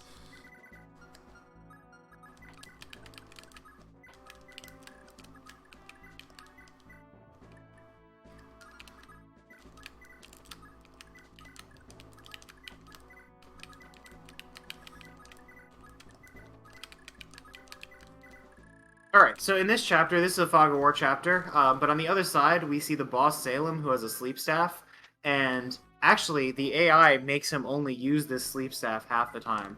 This would be a problem for people casually, because you don't want your units getting slept, but we actually don't really care about that part as much. We're going to be recruiting Salem, and we're going to be getting his sleep staff with him, and we don't want him to waste it for us. And the AI manip worked here. It follows the same principles generally as the Safi staff manip. We use the same number to do it, but we set up combat with this brigand to make it happen. And sometimes it can go a little weirdly if the brigand has different stats than you expect. Wait, what? I've never seen this guy attack from that direction. Okay. It does not matter at all, but just a weird thing that happened. Okay. Mm-hmm. I don't know why he would do that. Oh, I guess normally that guy can't reach there probably because of the forest. That's probably why. He had extra move. Ah, yes. The extra move. This game's random stat distribution of enemies makes improvisation, like, a key skill in Thracia running. Like, you can make a lot of stuff work if you know what you're doing. Yeah, so what But over 2 hours, something bad's gonna happen, you know? Yep. Even in the world record run, something very bad happened in the final chapter, and it was still the world record. So, that's just this game, sometimes. We get access to this side quest by clearing the chapter in, like, less than 12 turns. So obviously, we're not gonna, like, wait 12 turns to skip this side quest. And it actually, as it turns out, is a very useful side quest for us to get anyway. It allows us to get Lara's promotion as a dancer, an extra S drink, a character that we can abandon, whose name is Pan, and the King Sword, which is something that gives the person who's holding it charisma that acts as basically like extra support. Oh, well, we don't actually abandon Pan, do we? I don't think we do. He sticks around. No, we don't abandon Pan, but yeah, we get Pan so we can abandon other people so that Pan can replace them. But yes. And here, amazing stat gains there. Nice. And Pawn takes this S strength from Tina for Safi later. Even though we're not recruiting Tina, who is recruitable, we're just gonna take her stuff and leave, and she's just gonna sit here forever, I guess. I don't know what she does if she doesn't get recruited. I don't know if there's any canonical thing that happens if she doesn't get recruited, but whatever. Yeah, who can say? But, yeah, Tina actually has a thief staff, which lets her take stuff from your units. Everyone there deployed in that chapter either has high enough magic to avoid it. You can only use a staff on somebody who has lower magic than you in this game. Or if they don't have any things to take. So we got to avoid that animation. This chapter is really, really interesting. Like Chapter 9, this is like an escape defend chapter where enemies are attacking the escape point and you guys all have to leave before it happens. Before that point gets taken. We also have a unit going to the south. He's a pre-promote named Glade. He's a Duke Knight. He's pretty cool. But we also have these 5 guys who are just like generic units that have random stats that actually aren't part of our real army. They're the Leinster Scrub Squad, basically. And they actually have use in blocking off reinforcements and like blocking the way for people to escape. Because this chapter has a really, really weird mechanic where initially there's this first army led by this general on the bottom whose name is Wrist. But if Wrist dies, the army kind of gives up and stops attacking you and tries to escape if they can. Meanwhile, a second army comes in from the top, led by Baldak. But by the time that happens, these guys in the Leinster Scrub Squad are going to block off Baldak's reinforcements and simultaneously make it so that Wrist's army can't escape. It's really, really cool. This is another one of my favorite strategies in the whole run.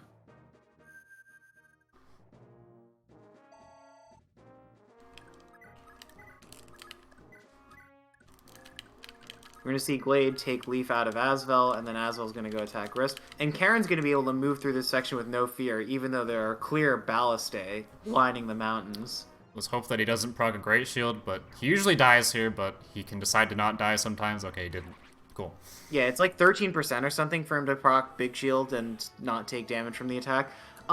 Worth noting, some of the harder Asvel boss kills are against bosses which have Big Shield. Like, this is a skill that activates at a percent equal to the general's level, and will completely nullify an attack. And this starts getting relevant when bosses have higher defense, and Asvel can't two-shot them without crits.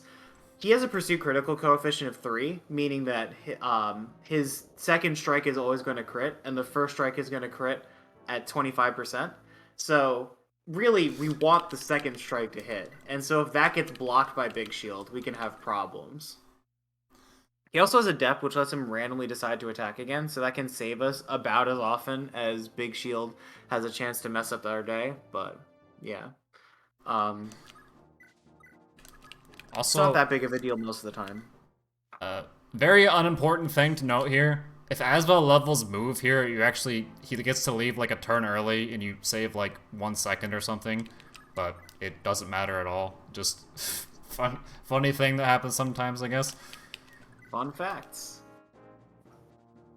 And these guys just, for some reason, the retreating AI never wants to attack you in this game. It's really weird. Their decision is just to stand there if they don't know where to go, rather than like kill you if you're in the way. Very weird. Yeah. But that's what it is. Glade and all the knights are exploit positioned, so those guys can't get out to the side. If they could move, they would actually clog up Tara. They would clog up the escape point and make it so that it was impossible for you to get out without fighting lots and lots of guys. So this is the first defense chapter in the entire Fire Emblem series, and there are 2 defense chapters in this game, and they're both a little bit like of a slog to watch. So this is going to be a good time for donations after I explain the general mechanics here.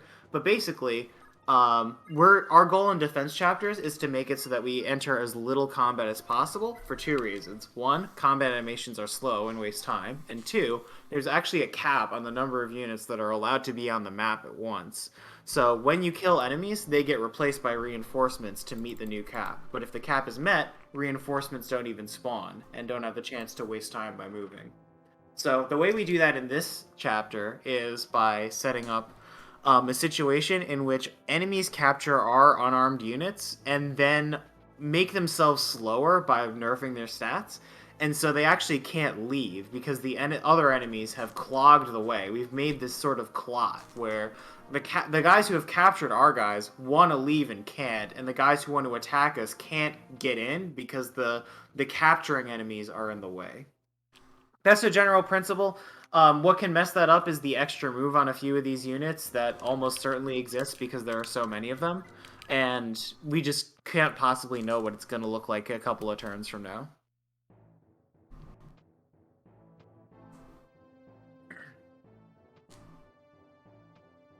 So yeah, if there's any donation reading or incentives or want to talk about the charity, this is probably, at some point in this chapter, a good time for it. Sure. If you have time now. So we have a $200 donation from G Mundy that just says speed. Wow. Yeah.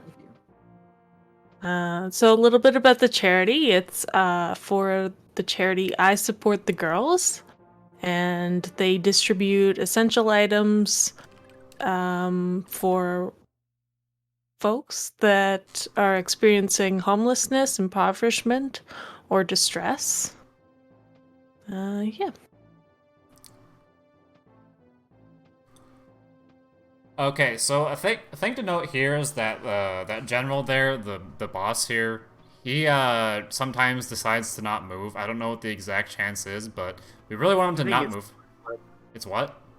I think it's a 50-50. Oh, okay. Well, we really want him to not move because he has a chance of killing Asbel if he runs up to attack him, which he most likely will right now unless he decides to not move, which can still happen, I guess, but we'll see. I'm not sure if it can if he gets to this point. I've never seen it happen that way. Yep. But yeah, here comes Baldak. Okay. If you guys are getting deja vu, it's because a lot of these guys have the same sort of like evil Santa mug palette swapped. It's really weird.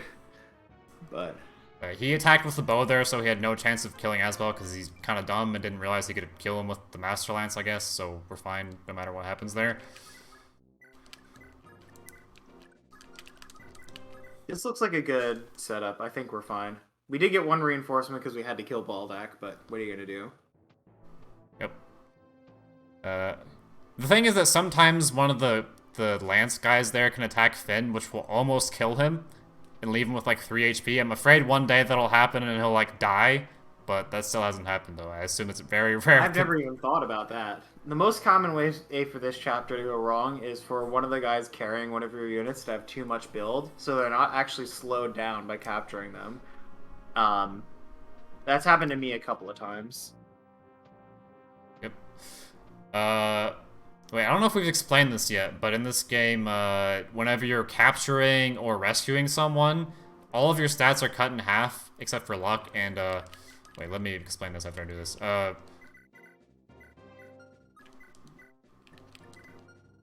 Don't want to mess this up, okay. Except for HP and luck, and, the, move has the, conditional to where it only gets cut in half if the person carrying has less than twice the amount of build of the person they're carrying. So it'll round your move down. So if your move is 5, it'll go to 2, and 2 move is pretty trash. So usually you're not gonna see them do very much if they have 2 moves. So yeah, it looks like they did not get the meme where they had 18 build this time, so they're just not gonna move anywhere, which is what we want to happen. Yeah, I've explained that we get a stat penalty, but I didn't go into specifically what that penalty was. Yeah. You'll see these guys starting in... Okay, we've now hit the equilibrium pose, where nobody can go... and they've all settled. No one can go anywhere that's more optimal for them. We've hit the T. And, we're gonna get some green units spawning as well. They're actually not ally units. It's like another enemy army that, like... exists to get over the unit cap. It's kind of weird. Like, FE4 had yellow units, which were, like, separate enemy armies. I don't really know why they didn't do that here. Yeah, I wonder if the purpose of that was just to troll you, maybe? Because, like, in this game, there are green units that are friendly. Like, Asbel was a green unit who was friendly before, and so was Sed. But these guys are not friendly. Presumably, the cutscene tells you these guys are enemies, right? Like, it's been a bit, but I don't think it was trying to mislead you. Yeah. Also, those guys have really weird AI. They just have the AI where they decide to not move a lot of the time. Also, they just like move like one space sometimes. They're very weird. There's a lot of weird things like that in this game.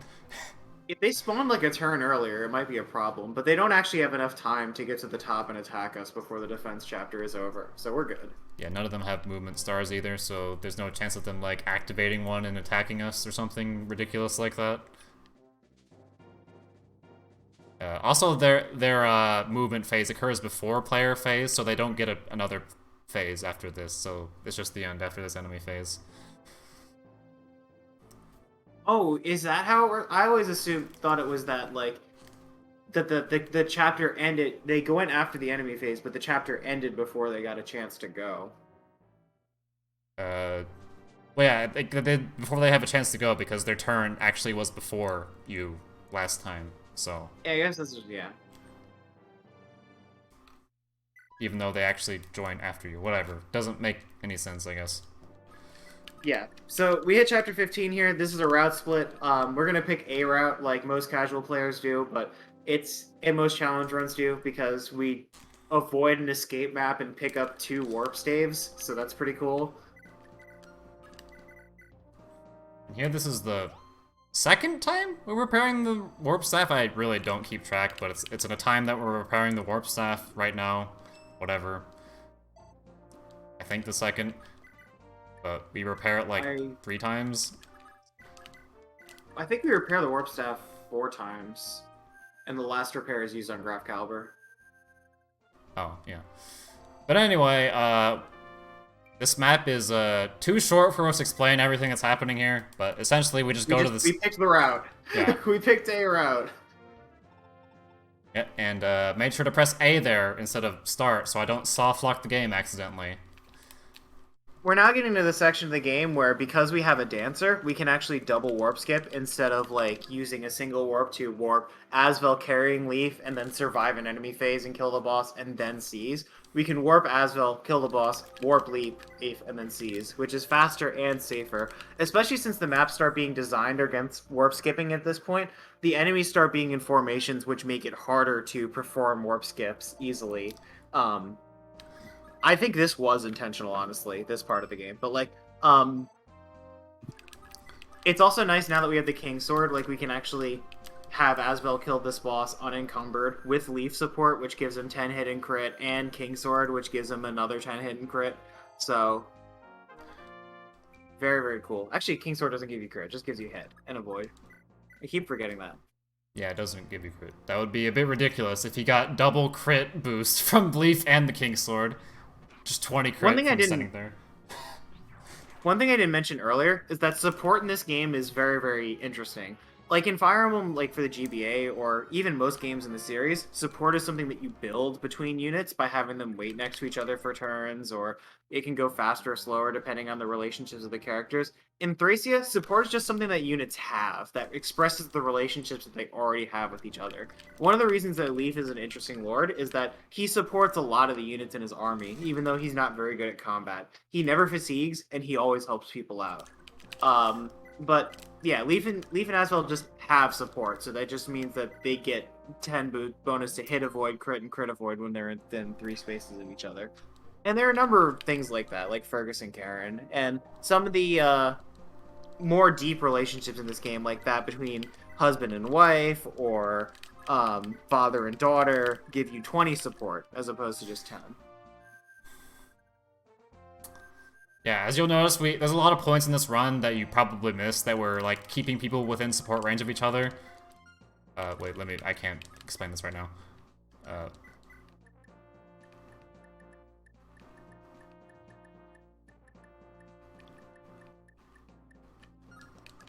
Yeah, we got more RNG manipulation here. It's an easier manip to get the 9 so that Dean can use a movement star, and then we're going to get a 12 so that Sarah can use one. Just make this chapter go a lot faster.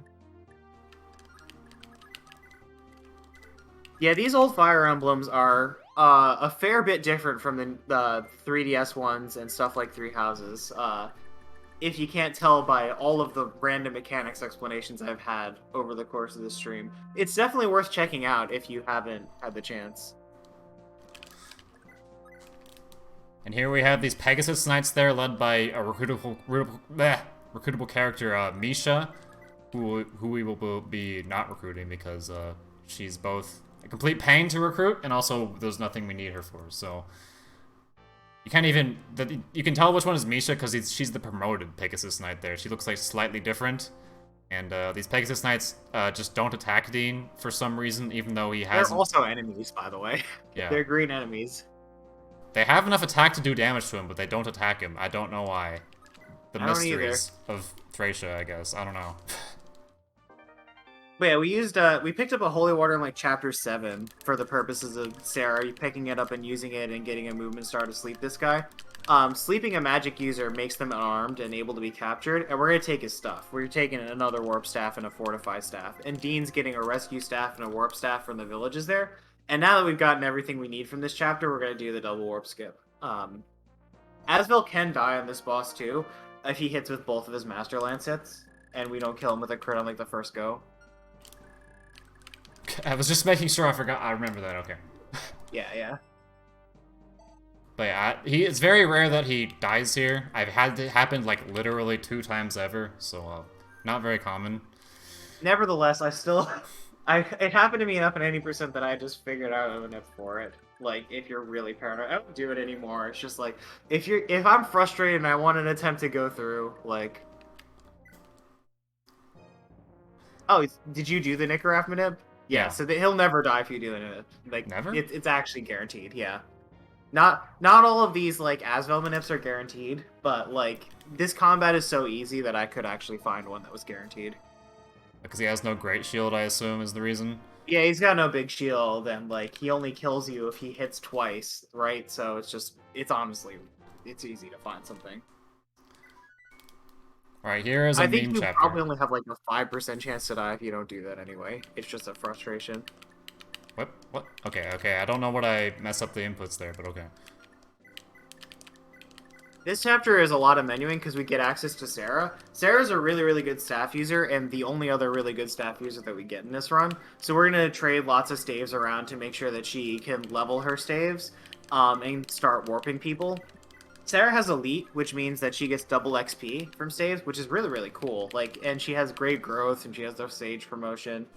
It's honestly pretty ridiculous. But yeah, we've got everybody set up there, and we're going to do another double warp skip, and we're preparing the deploy screen for the next chapter as well, which really matters. Yeah, this is a very infamous chapter in Fire Emblem, even for people who haven't played this game, because it's like pretty unanimously agreed upon as the hardest to recruit character in the entire series. It would be kind of difficult to actually explain what his recruitment is, but... specifically, but the idea is you have to get those green dudes over there to talk to all these knights over here in this middle room. And not until you get all of them, all 8, to talk to them, can you recruit them. And each one has a specific family member in the army, and those knights are mixed in with like enemy knights as well that you have to kill. And they'll turn on each other when, like, midway, when some of them started getting recruited, and if any of them dies, it's a pain. Like, yeah. It's a rite of passage in Fire Emblem, like, to deal with this on your first time casually recruiting Xavier. But we're not going to deal with that right now. We're just going to go kill Gustav, and he didn't proc Big Shield or kill Asvel, so that's nice. But Leaf's going to promote here. He's going to get his Paladin promotion, where he turns around and becomes a prince or whatever. I don't even think he gets a different sprite. If he does, it's difficult for me to tell. yeah, a bit disappointing for people who played Fire Emblem 4, probably, if you know what his promotion is in that game, so, you're not getting that in this game. It would be very good if you did, but that wouldn't make any sense, as also, they didn't want you to have that, probably, gameplay-wise. Well, when he shows up in Fire Emblem 4, it's, like, a little after this point, and he's a level 1 unit there. I guess they're still trying to maintain the continuity. Yeah, like I said, it wouldn't really make any sense. Yeah. Okay. So we're excluding a few units that need to rest on their fatigue. Safi and Sarah have used their fair share of staves over the last couple of chapters. And this chapter splits everybody up.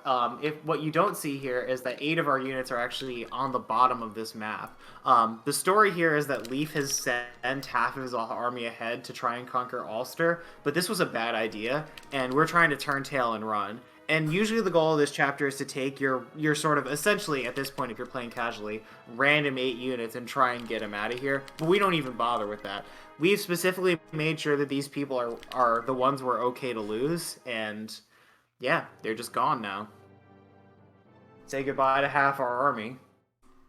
Yep, the game definitely intended for you to be able to do that, so I don't think many people would do that casually, though. Okay, he has 1 vulnerary, so I guess that's fine. I just needed to check that for something here. Okay.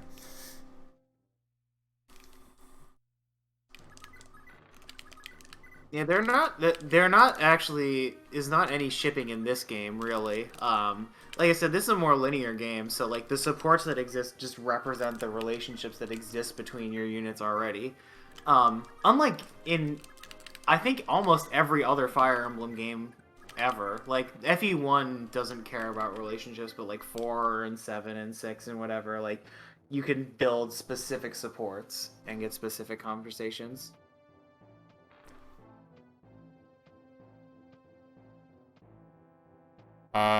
So this is the second and final defense map in this game. It is, not very interesting here. So we're just gonna be sitting here for a while, waiting for it to end, mostly. So, I think it's interesting, at least in theory. But, you know, there's quite a bit of waiting for people. You'll notice that our units are a lot more spread out this time than in the last defense chapter. And so we're getting them to specific places. We're opening lots of doors. You'll see these small cracks in the walls if you look closely enough. If enemies get near them, they'll blow them open and start going through the walls. And they're trying to get to the throne.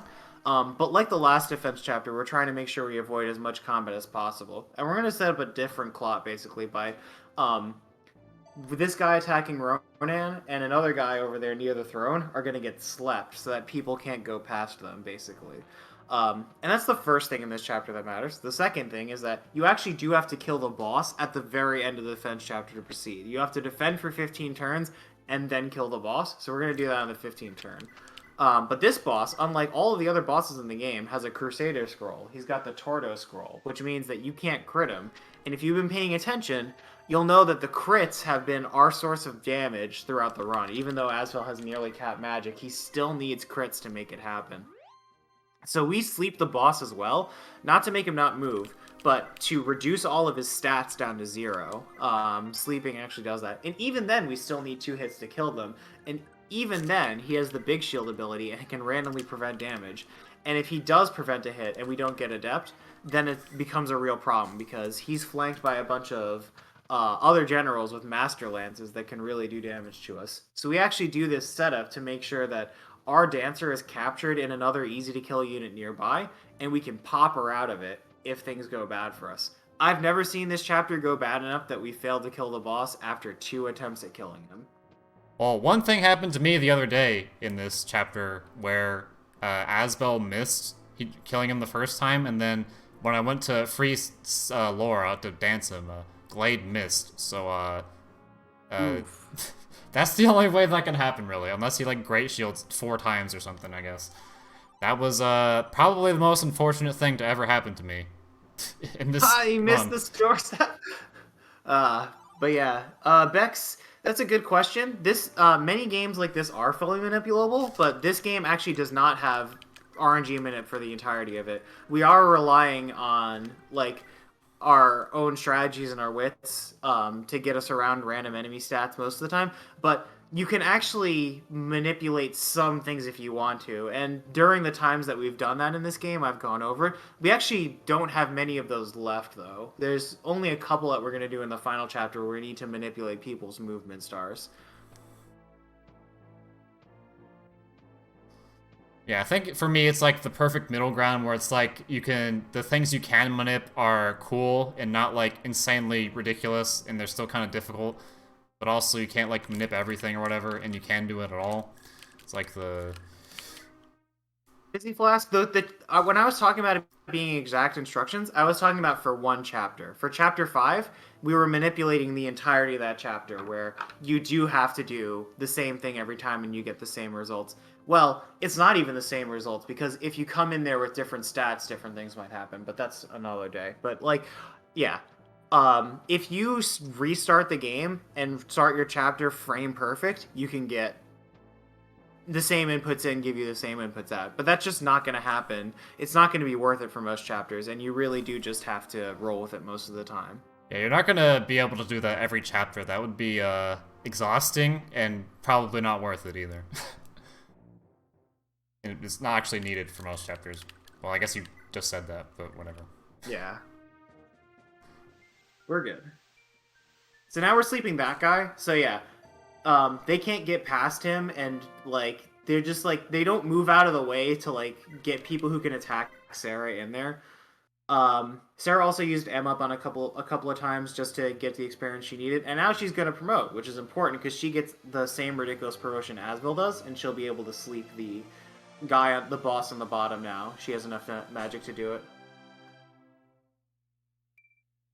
Yep, it is possible for her to not get 20 magic, but that is insanely unlikely to happen. I have never think she seen has happen. an 80% growth, so yeah. If she didn't get 20 magic, you would have to move her into the purple area in the final chapter to do like one thing, but that's not really an issue. Yeah, I think Zwei and Dry have just under magic, or Zwei and Fu. Yeah, like I know I'm pretty sure Zwei has 19 magic, like post purple floor, like just under. Yeah, they don't have random stats, so that does matter. Now we can just sleep the boss, because otherwise he's a pain, and will probably also kill us if we don't do that, so gotta make sure to do that. Okay, turn 7. Now we kind of just sit here for a while.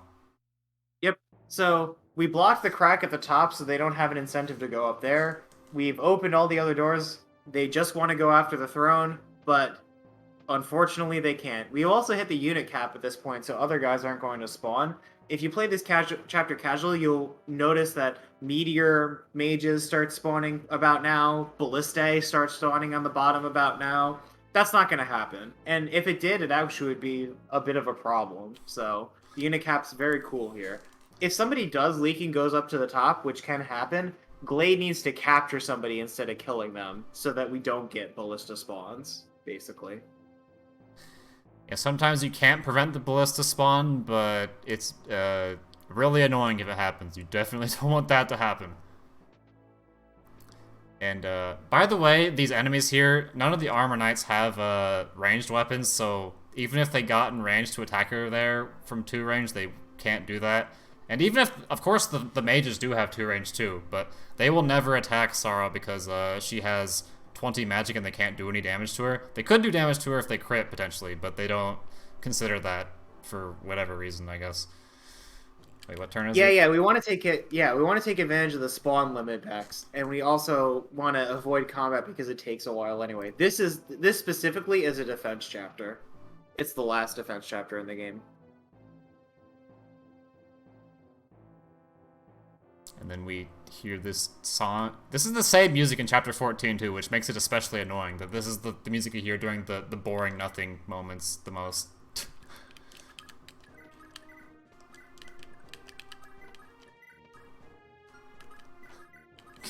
Okay, gotta make sure to cover that crack there, because if she's not in front of the crack, the enemies will start moving to try to break it. They're like really antsy about breaking the walls for some reason. Well, obviously the reason is because the AI wants them to do that, but yeah, it's just kind of weird like that. Okay, this is 12. So the screen pans down there because it's like, oh, it's time to spawn stuff. Then oh, and we can't because the unit cap is reached, so nothing happens. I'm sure Glade and Lara needed to be 1 forward there, but we'll see. I'm pretty sure this is where I normally put them. I think it might just work from this position too, then.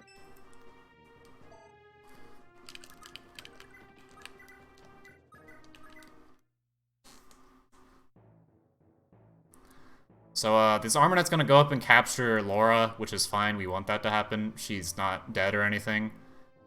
She'd only be removed if she got dragged off of the map, which will end the chapter before it happens. Also, there's a thing about this game is that the enemy priests will actually run away from you, which I always think is funny. If you're in range, if you like get close to them. The enemy AI is actually kind of interesting and sophisticated for a game of this era. Like, there are lots of behaviors that it does that are just unexpected or even just simply not done today. Wait, like what? Almost every chapter in this game has different AI, too. Okay. So this guy's talking to us when we're attacking him, even though he's asleep.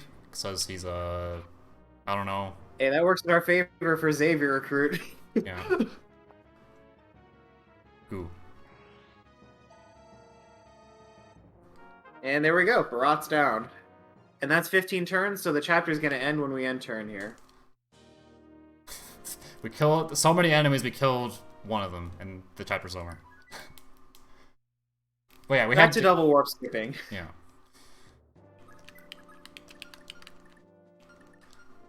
Wait, did it...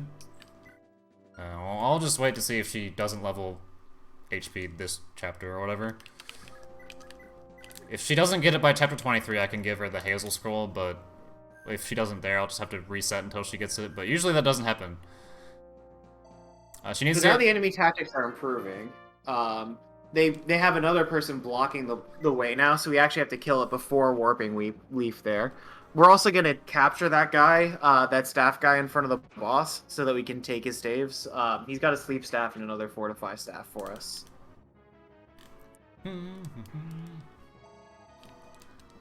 This would be a pain here to not do in this chapter like this, so good thing we're not doing that. Wait, okay, I was confused as to what I was doing for a second. Okay.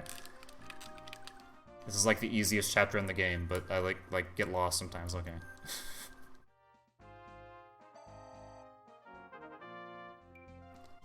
The next chapter is 21X. It's a side quest basically that allows you to recruit anyone who was lost by capturing earlier and is thrown in the prison. But we're not going to worry about any of that. So you're going to see a couple of guys spawn in there, and then we're just going to leave. This is really, really great for us, actually, again, because it's a very short chapter, and it allows us to sit out all of our staff users and our dancer to avoid fatigue. I'm pretty sure even Lara would be feeling the strain at this point because of her low HP. Yeah, that her fatigue kind of matters in other runs a little bit. Okay, yeah. Here's another chapter where we'll just immediately leave at the beginning. The idea here is, like, everyone else that all the characters we left behind at this point, they're all gonna be here. Oh wait, I'll actually show them because, like, this isn't like a serious run or anything, because it's funny, I guess, before I leave. But everyone who was captured ever before this chapter is in this prison here, and we're sort of sent here with the idea that we're going to rescue them, but the game does give you the option of just immediately leaving if you don't want to do that. So, as that will always be the fastest thing to do, we are now going to do that. This chapter does have some utility. There's some guys with warp staves in the middle that we can pick up if we're forced to go in a full recruitment run, like stick around to rescue some guys. And meanwhile, like, the enemies are going to be attacking the cells with their bolting tomes and such, so we got to get them out of the way. Good stuff. Next chapter is really, really hard. This is infamous in the game, the Great River of Thracia, where Reinhardt is a ridiculous boss casualty, but we're not even going to worry about that. Syas is basically an enemy, like, commander or general or whatever, who has high leadership, like 10 leadership, and leadership is a thing, much like PCC and Movement Stars, that allows you to give your army a global hit and avoid rate. So, suffice it to say, this boss is very, very difficult to kill. Asvel has like an under 40% chance to hit him. So, we've got this manip here that improves it from like a less than half chance of success to a 75% chance of success that I use for my runs, even though it's faster to not do it. This chapter's not very long. But, yeah, he's got big shield, he's got the throne avoid rate, he's got Syas helping him out. He's a real pain. And let's see, will he die? Yes, he will, okay. Yep. Koa Minute works all pretty great. We just need to keep an eye on that second strike, because the crit's what kills him. And usually we're only going to get that one shot to do it. But we're all good. We're also going to do some fancy maneuvering around here to be able to dance Safi, rescue Glade, and pick up a warp staff from the village without using warp ourselves. This chapter also has tight deployment requirements because of that, coming off of the heels of a few of the other tight deployment requirement chapters. Very specific setup to make this happen. So conveniently, this makes Glade go south of Safi for whatever reason, which means he's able to reach this house down here. Otherwise, he wouldn't be able to if it like put him to up above her or whatever. So just kind of run down here and get it past this soldier. And also, if you left him there on enemy phase, he would definitely die. So you definitely don't want to take more than one. Don't want to take more than one turn there. The enemies in these maps start to get really serious going forward. And so we really just want to be killing the boss at this point. It's all that we have the resources to do. We have our one boss killer, and that's it.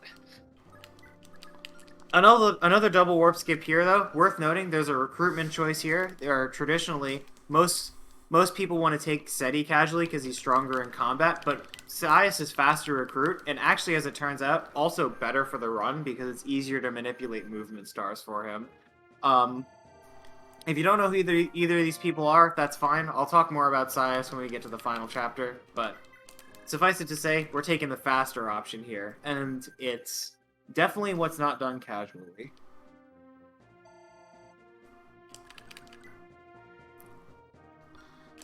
Okay, I was just making sure I used the right set there. Okay.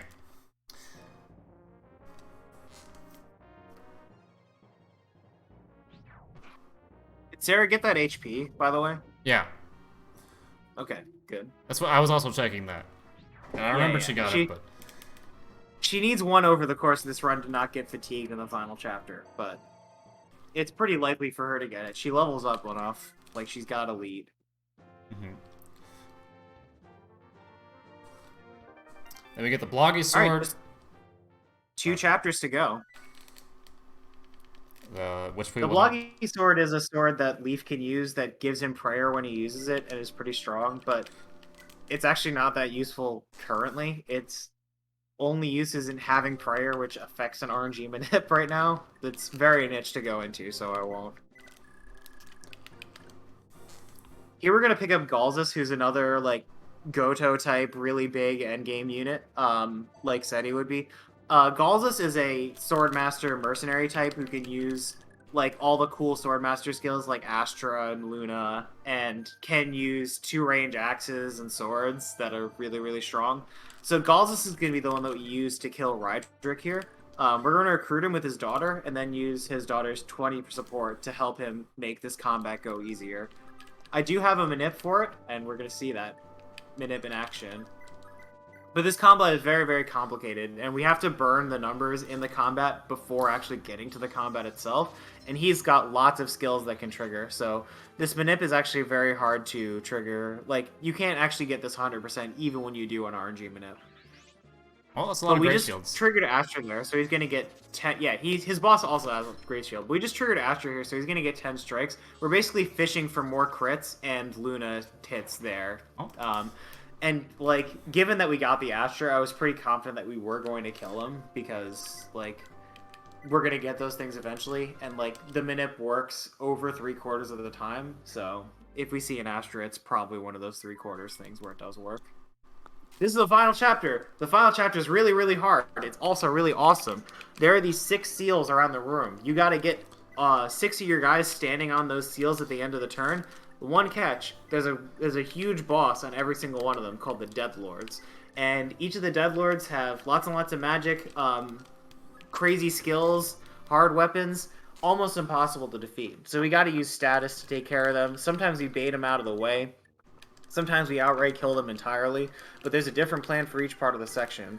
Our army is split up entirely. We had to deploy differently across the entire map to make this possible.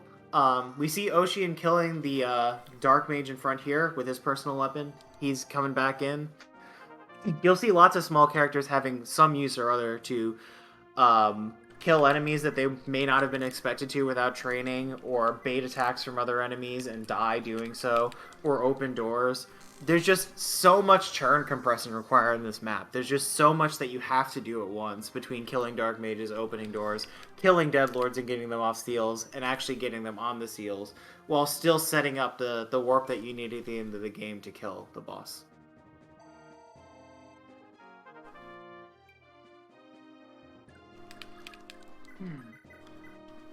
So this is You're probably... gonna see us do a couple... Go ahead. I was gonna say, this is probably the most complicated turn in the entire game, I would guess. It's like... Yeah. We're gonna see us do a couple of RNG manipulations here for movement stars. We're gonna make Pawn go again, because he has a 25% chance to go again, and we can find a 12. And we can make Sias go again, because he has 15% chance to go again, and we can find that same 12 by resetting the status screen.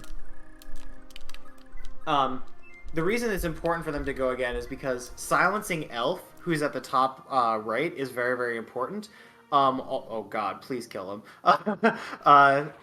This purple floor gives you plus 10 magic, and if you recall, you can't status save someone who has higher magic than you. So in order to silence Elf, we need Sias to actually get magic upped, and also be on the purple floor, so that he can status someone who has max magic on the purple floor, basically. Oh, that's not gonna work. Wait, why not? Because you did a diagonal before and after. Oh! Okay, good thing you caught me on that, Jesus. Whew! Okay, now... Oh, okay. I completely forgot how I was supposed to do this for a second. Okay, there, that's why it was wrong, okay. No, I was supposed to go here, do this, then go here. Okay, there we go. Yeah. Thank you. That would have been well, actually, we could have just redone it, whatever. It wouldn't be... Well, but then you wouldn't have known. You would just, like, yeah. Yeah. We're good. I confused the manifs for a second there, I think. Yep, so we silence her, he goes again, and now he gets to get out of there and not get into that combat and rescue Asvel.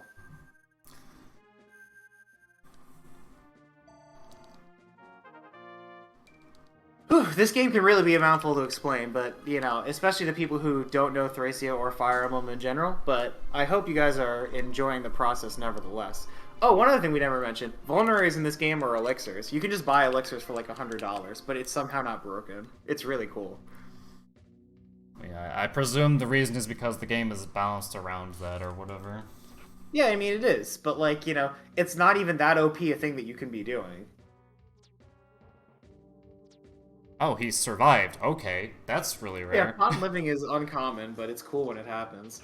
Galzus is up there. He's gonna take care of these guys with Master Lances.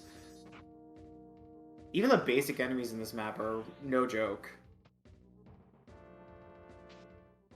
Yeah, Galzus sometimes can fail to kill these guys, which is really rare. Let's just hope that doesn't happen. I have never seen that. That's... Galzus is the blender, man. Like, this is... That almost happened there if he would have missed both of those, but... Or one of those. Yeah. You'll see Marita here and some other units bait attacks from these Dark Mages and Deadlords to get them off of the seal. This is really, really important. Their sacrifice is not in vain. We needed these people the whole time. Rip Rodan. Ah. He just said ah when he died. Okay, I don't even know what his full death quote was, but... It's just funny to interrupt it, I guess. Oh, I hope he doesn't do anything with that extra move. I don't think he does. And he can't do anything. There's nothing to do. There's nothing to do, but it's like... Imagine if Vi just decided to, like, go back onto the seal for some ungodly reason. Imagine if he had a door key or something. Wait.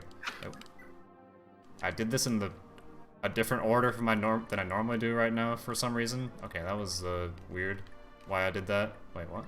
Oh, okay. I was supposed... Yeah, I was like, what? Do you not have enough magic somehow? That's not happening. That's, like, not possible. Oh, she leveled build. That's like a 5% growth or something. So, one thing here is that Asvel actually has increased the void now because Pawn is still alive with the King's Sword, but it doesn't really matter. Nope. Can pretty much just clean up from here. Galzus is going to do the same song and dance he did last chapter, killing the Deadlord at the bottom. The Deadlords are basically copies of other units, and the one at the bottom is a copy of Rydrick. So this fight basically plays out very similar, except we don't get a manip. We just kind of get 3 turns to do it. He just kind of kills him, and then that's it. Cause he's Galzus, I guess. Okay, door. He's got so many Swordmaster skills that eventually he's gonna proc enough of them that like, you'll get the KO. But without them, without critical hits or without defense drops from Luna, Broderick's got enough defense to just never die to him. This game's all about using your skills, using your crits, because the stat caps are so low. Almost all the enemies that are important and almost all your units can get close to stat caps.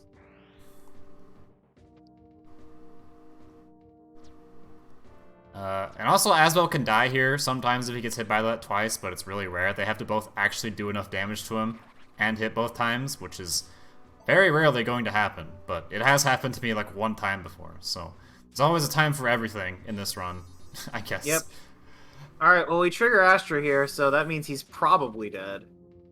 We don't do it on the second set of strikes for the pursuit critical coefficient, but the skill triggers and our natural chance of critting should be enough here. Yeah, that'll do. Worth noting is that Luna has priority over Big Shield here, so if you trigger Luna, they can't trigger Big Shield to block you. Okay, don't accidentally fortify there. That would have been actually not that big of a deal, but don't do that still. Terra doesn't have a spare turn, it would have been a big deal. Yeah. She would just need another movement star somehow. We have more than enough Graph Caliber to finish the fight. And the final boss of this game, for how complicated this final chapter is pretty underwhelming. He's basically just a sack of 80 HP. He has a 3-range tombstone, so he's not even going to counterattack us when we go in there. But that 80 HP actually is tough to kill. We do need to get 2 crits in order to do it. So we do 1 final manip in this game to give us a like 58 out of 64 chance of getting those crits.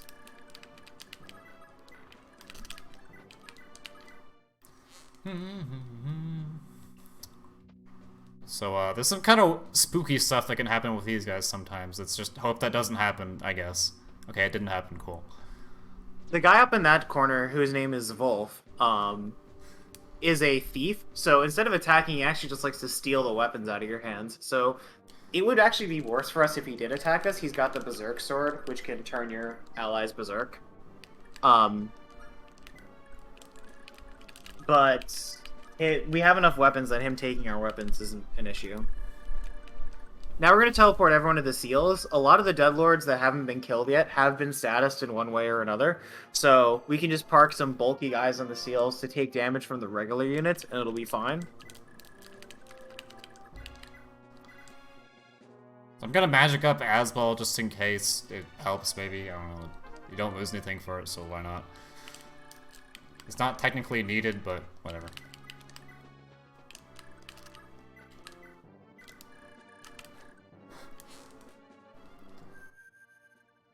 Does that make it so that he can kill him with, what, like, an adept trigger? As well as a crit? I think so. But I think if he gets an adept normally, that still happens. I don't know. I don't think it does. I don't know. If it messes with the combat math, it might be not worth doing, because it might mess up the manip to kill the boss. Well, I've done it before, yeah. so it was fine, so I don't know. Well, I mean, if it messes up the manip, I only mean by, like, 1 or 2 seeds out of 64, you know what I mean? It could just make it less effective. Oh, okay. Ooh, I frame perfect text skipped Orson's death. Nice. Now you don't even get to see him say anything before he died. Okay. Lara taking the L as well. In the Japanese speedruns, we time credits, so it's actually important to get these guys killed for credits, but we want them dead anyway, functionally, so it works out. But Pun surviving would have lost time in the Japanese RTA. Yeah, actually loses quite a bit of time. Like, one person surviving adds like 10 seconds to the credits or something. Is this a good time to run? We lost time in Chapter 5, which wasted like 10 or 15 minutes, but that was it. This is otherwise a pretty good run. And we're almost done with it now. One last minute to go. Oh, hope this doesn't mess up. Okay, it worked. Okay, That's it's a fine. crit. Yep. 2 crits wins. The only This person guy teleport leaf to the Throne Seas. The only person who can kill him in one round without RNG manipulation or like just random good luck is Sed, I think. Yeah. Alright, and we didn't get the meme having to redo the entire final chapter at the end, which would have been annoying, so good With thing a that less didn't than happen. 1 in 8 chance of happening. Yep. Alright. Yay, we're done! So yeah, that was a great job by Mute. Round of applause there. Yep, thanks. Very, very well executed. Okay. And then you get this little thing at the end here that says after they started in the Fianna village or something, then the battle's not over. Because this game is not actually the end of the story, because it's a midpool to another game. So they're kind of like putting it, like tying it to the how it goes into the other game right now. But obviously, I'm assuming nobody can read this but me, so you probably don't know what it's saying. But anyway, yeah, the story essentially doesn't end right now. It's just like, oh, we're done for now, and they're gonna keep fighting, and then that's the end of the game. Nice. That was really cool. It looks like it took a lot of work to learn that run. Not gonna lie. Yeah, it's true. It took a lot of work to bring this over from the Japanese community into the States, and then also learn it after that. This is definitely, like I said, this is one of the more interesting Fire Emblem games I've ever seen speedran. So this one's Japanese only? Yep. Well, yes, Okay. but there are some good translation patches of it that people have made that I would recommend if you want to play this game in English. Yeah. But those ones probably aren't. You probably can't use those for the run, right? If you could avoid it, yeah, pretty much. Yeah. Yeah, fair enough. Not like it helps anyway. You menu so fast you can't read anything. So. And the level ups are in English anyway, so that's the only thing that'll matter, really, for viewers. Or you, even, I guess. Yeah. Well, thanks for showing us that run. Everybody follow Mute, RpgtheMute, if you want to see more of these runs. And what other kind of stuff do you play, usually? Pretty much just Fire Emblem right now, so yeah, just... Nice! So, more Fire Emblem. I also Alright, well, I'm gonna switch over to the... Oh, wait, go ahead. Oh, sorry, I was gonna say I also run, like, Fire Emblem 3 and the genealogy and some other stuff. Anyway, sorry for, like, interrupting you, but continue. No, you're 100% fine. Is there anything else that you wanted to plug before I switch over to the BRB screen? Well, I guess since we're doing this run, I'll just say, like, big thanks to all the people who bothered to help us actually able to do this run in the English community. Like the Japanese runners, Magu, who was very helpful, even though they're not around very much, and I don't even know who else has helped, but I'm sure some other Japanese runners have helped. It was mostly me doing this, taking this over to the English community. I mean, then I guess big thanks to Ghost Wheel then for doing all that work too, and also Collective Souls RTA helped with it too, but he hasn't been around to do a run of this for a while, which is fine, but he did help, so that's cool. So, and that's it, I think. Okay. Alrighty. Thanks so much. I'll switch over now.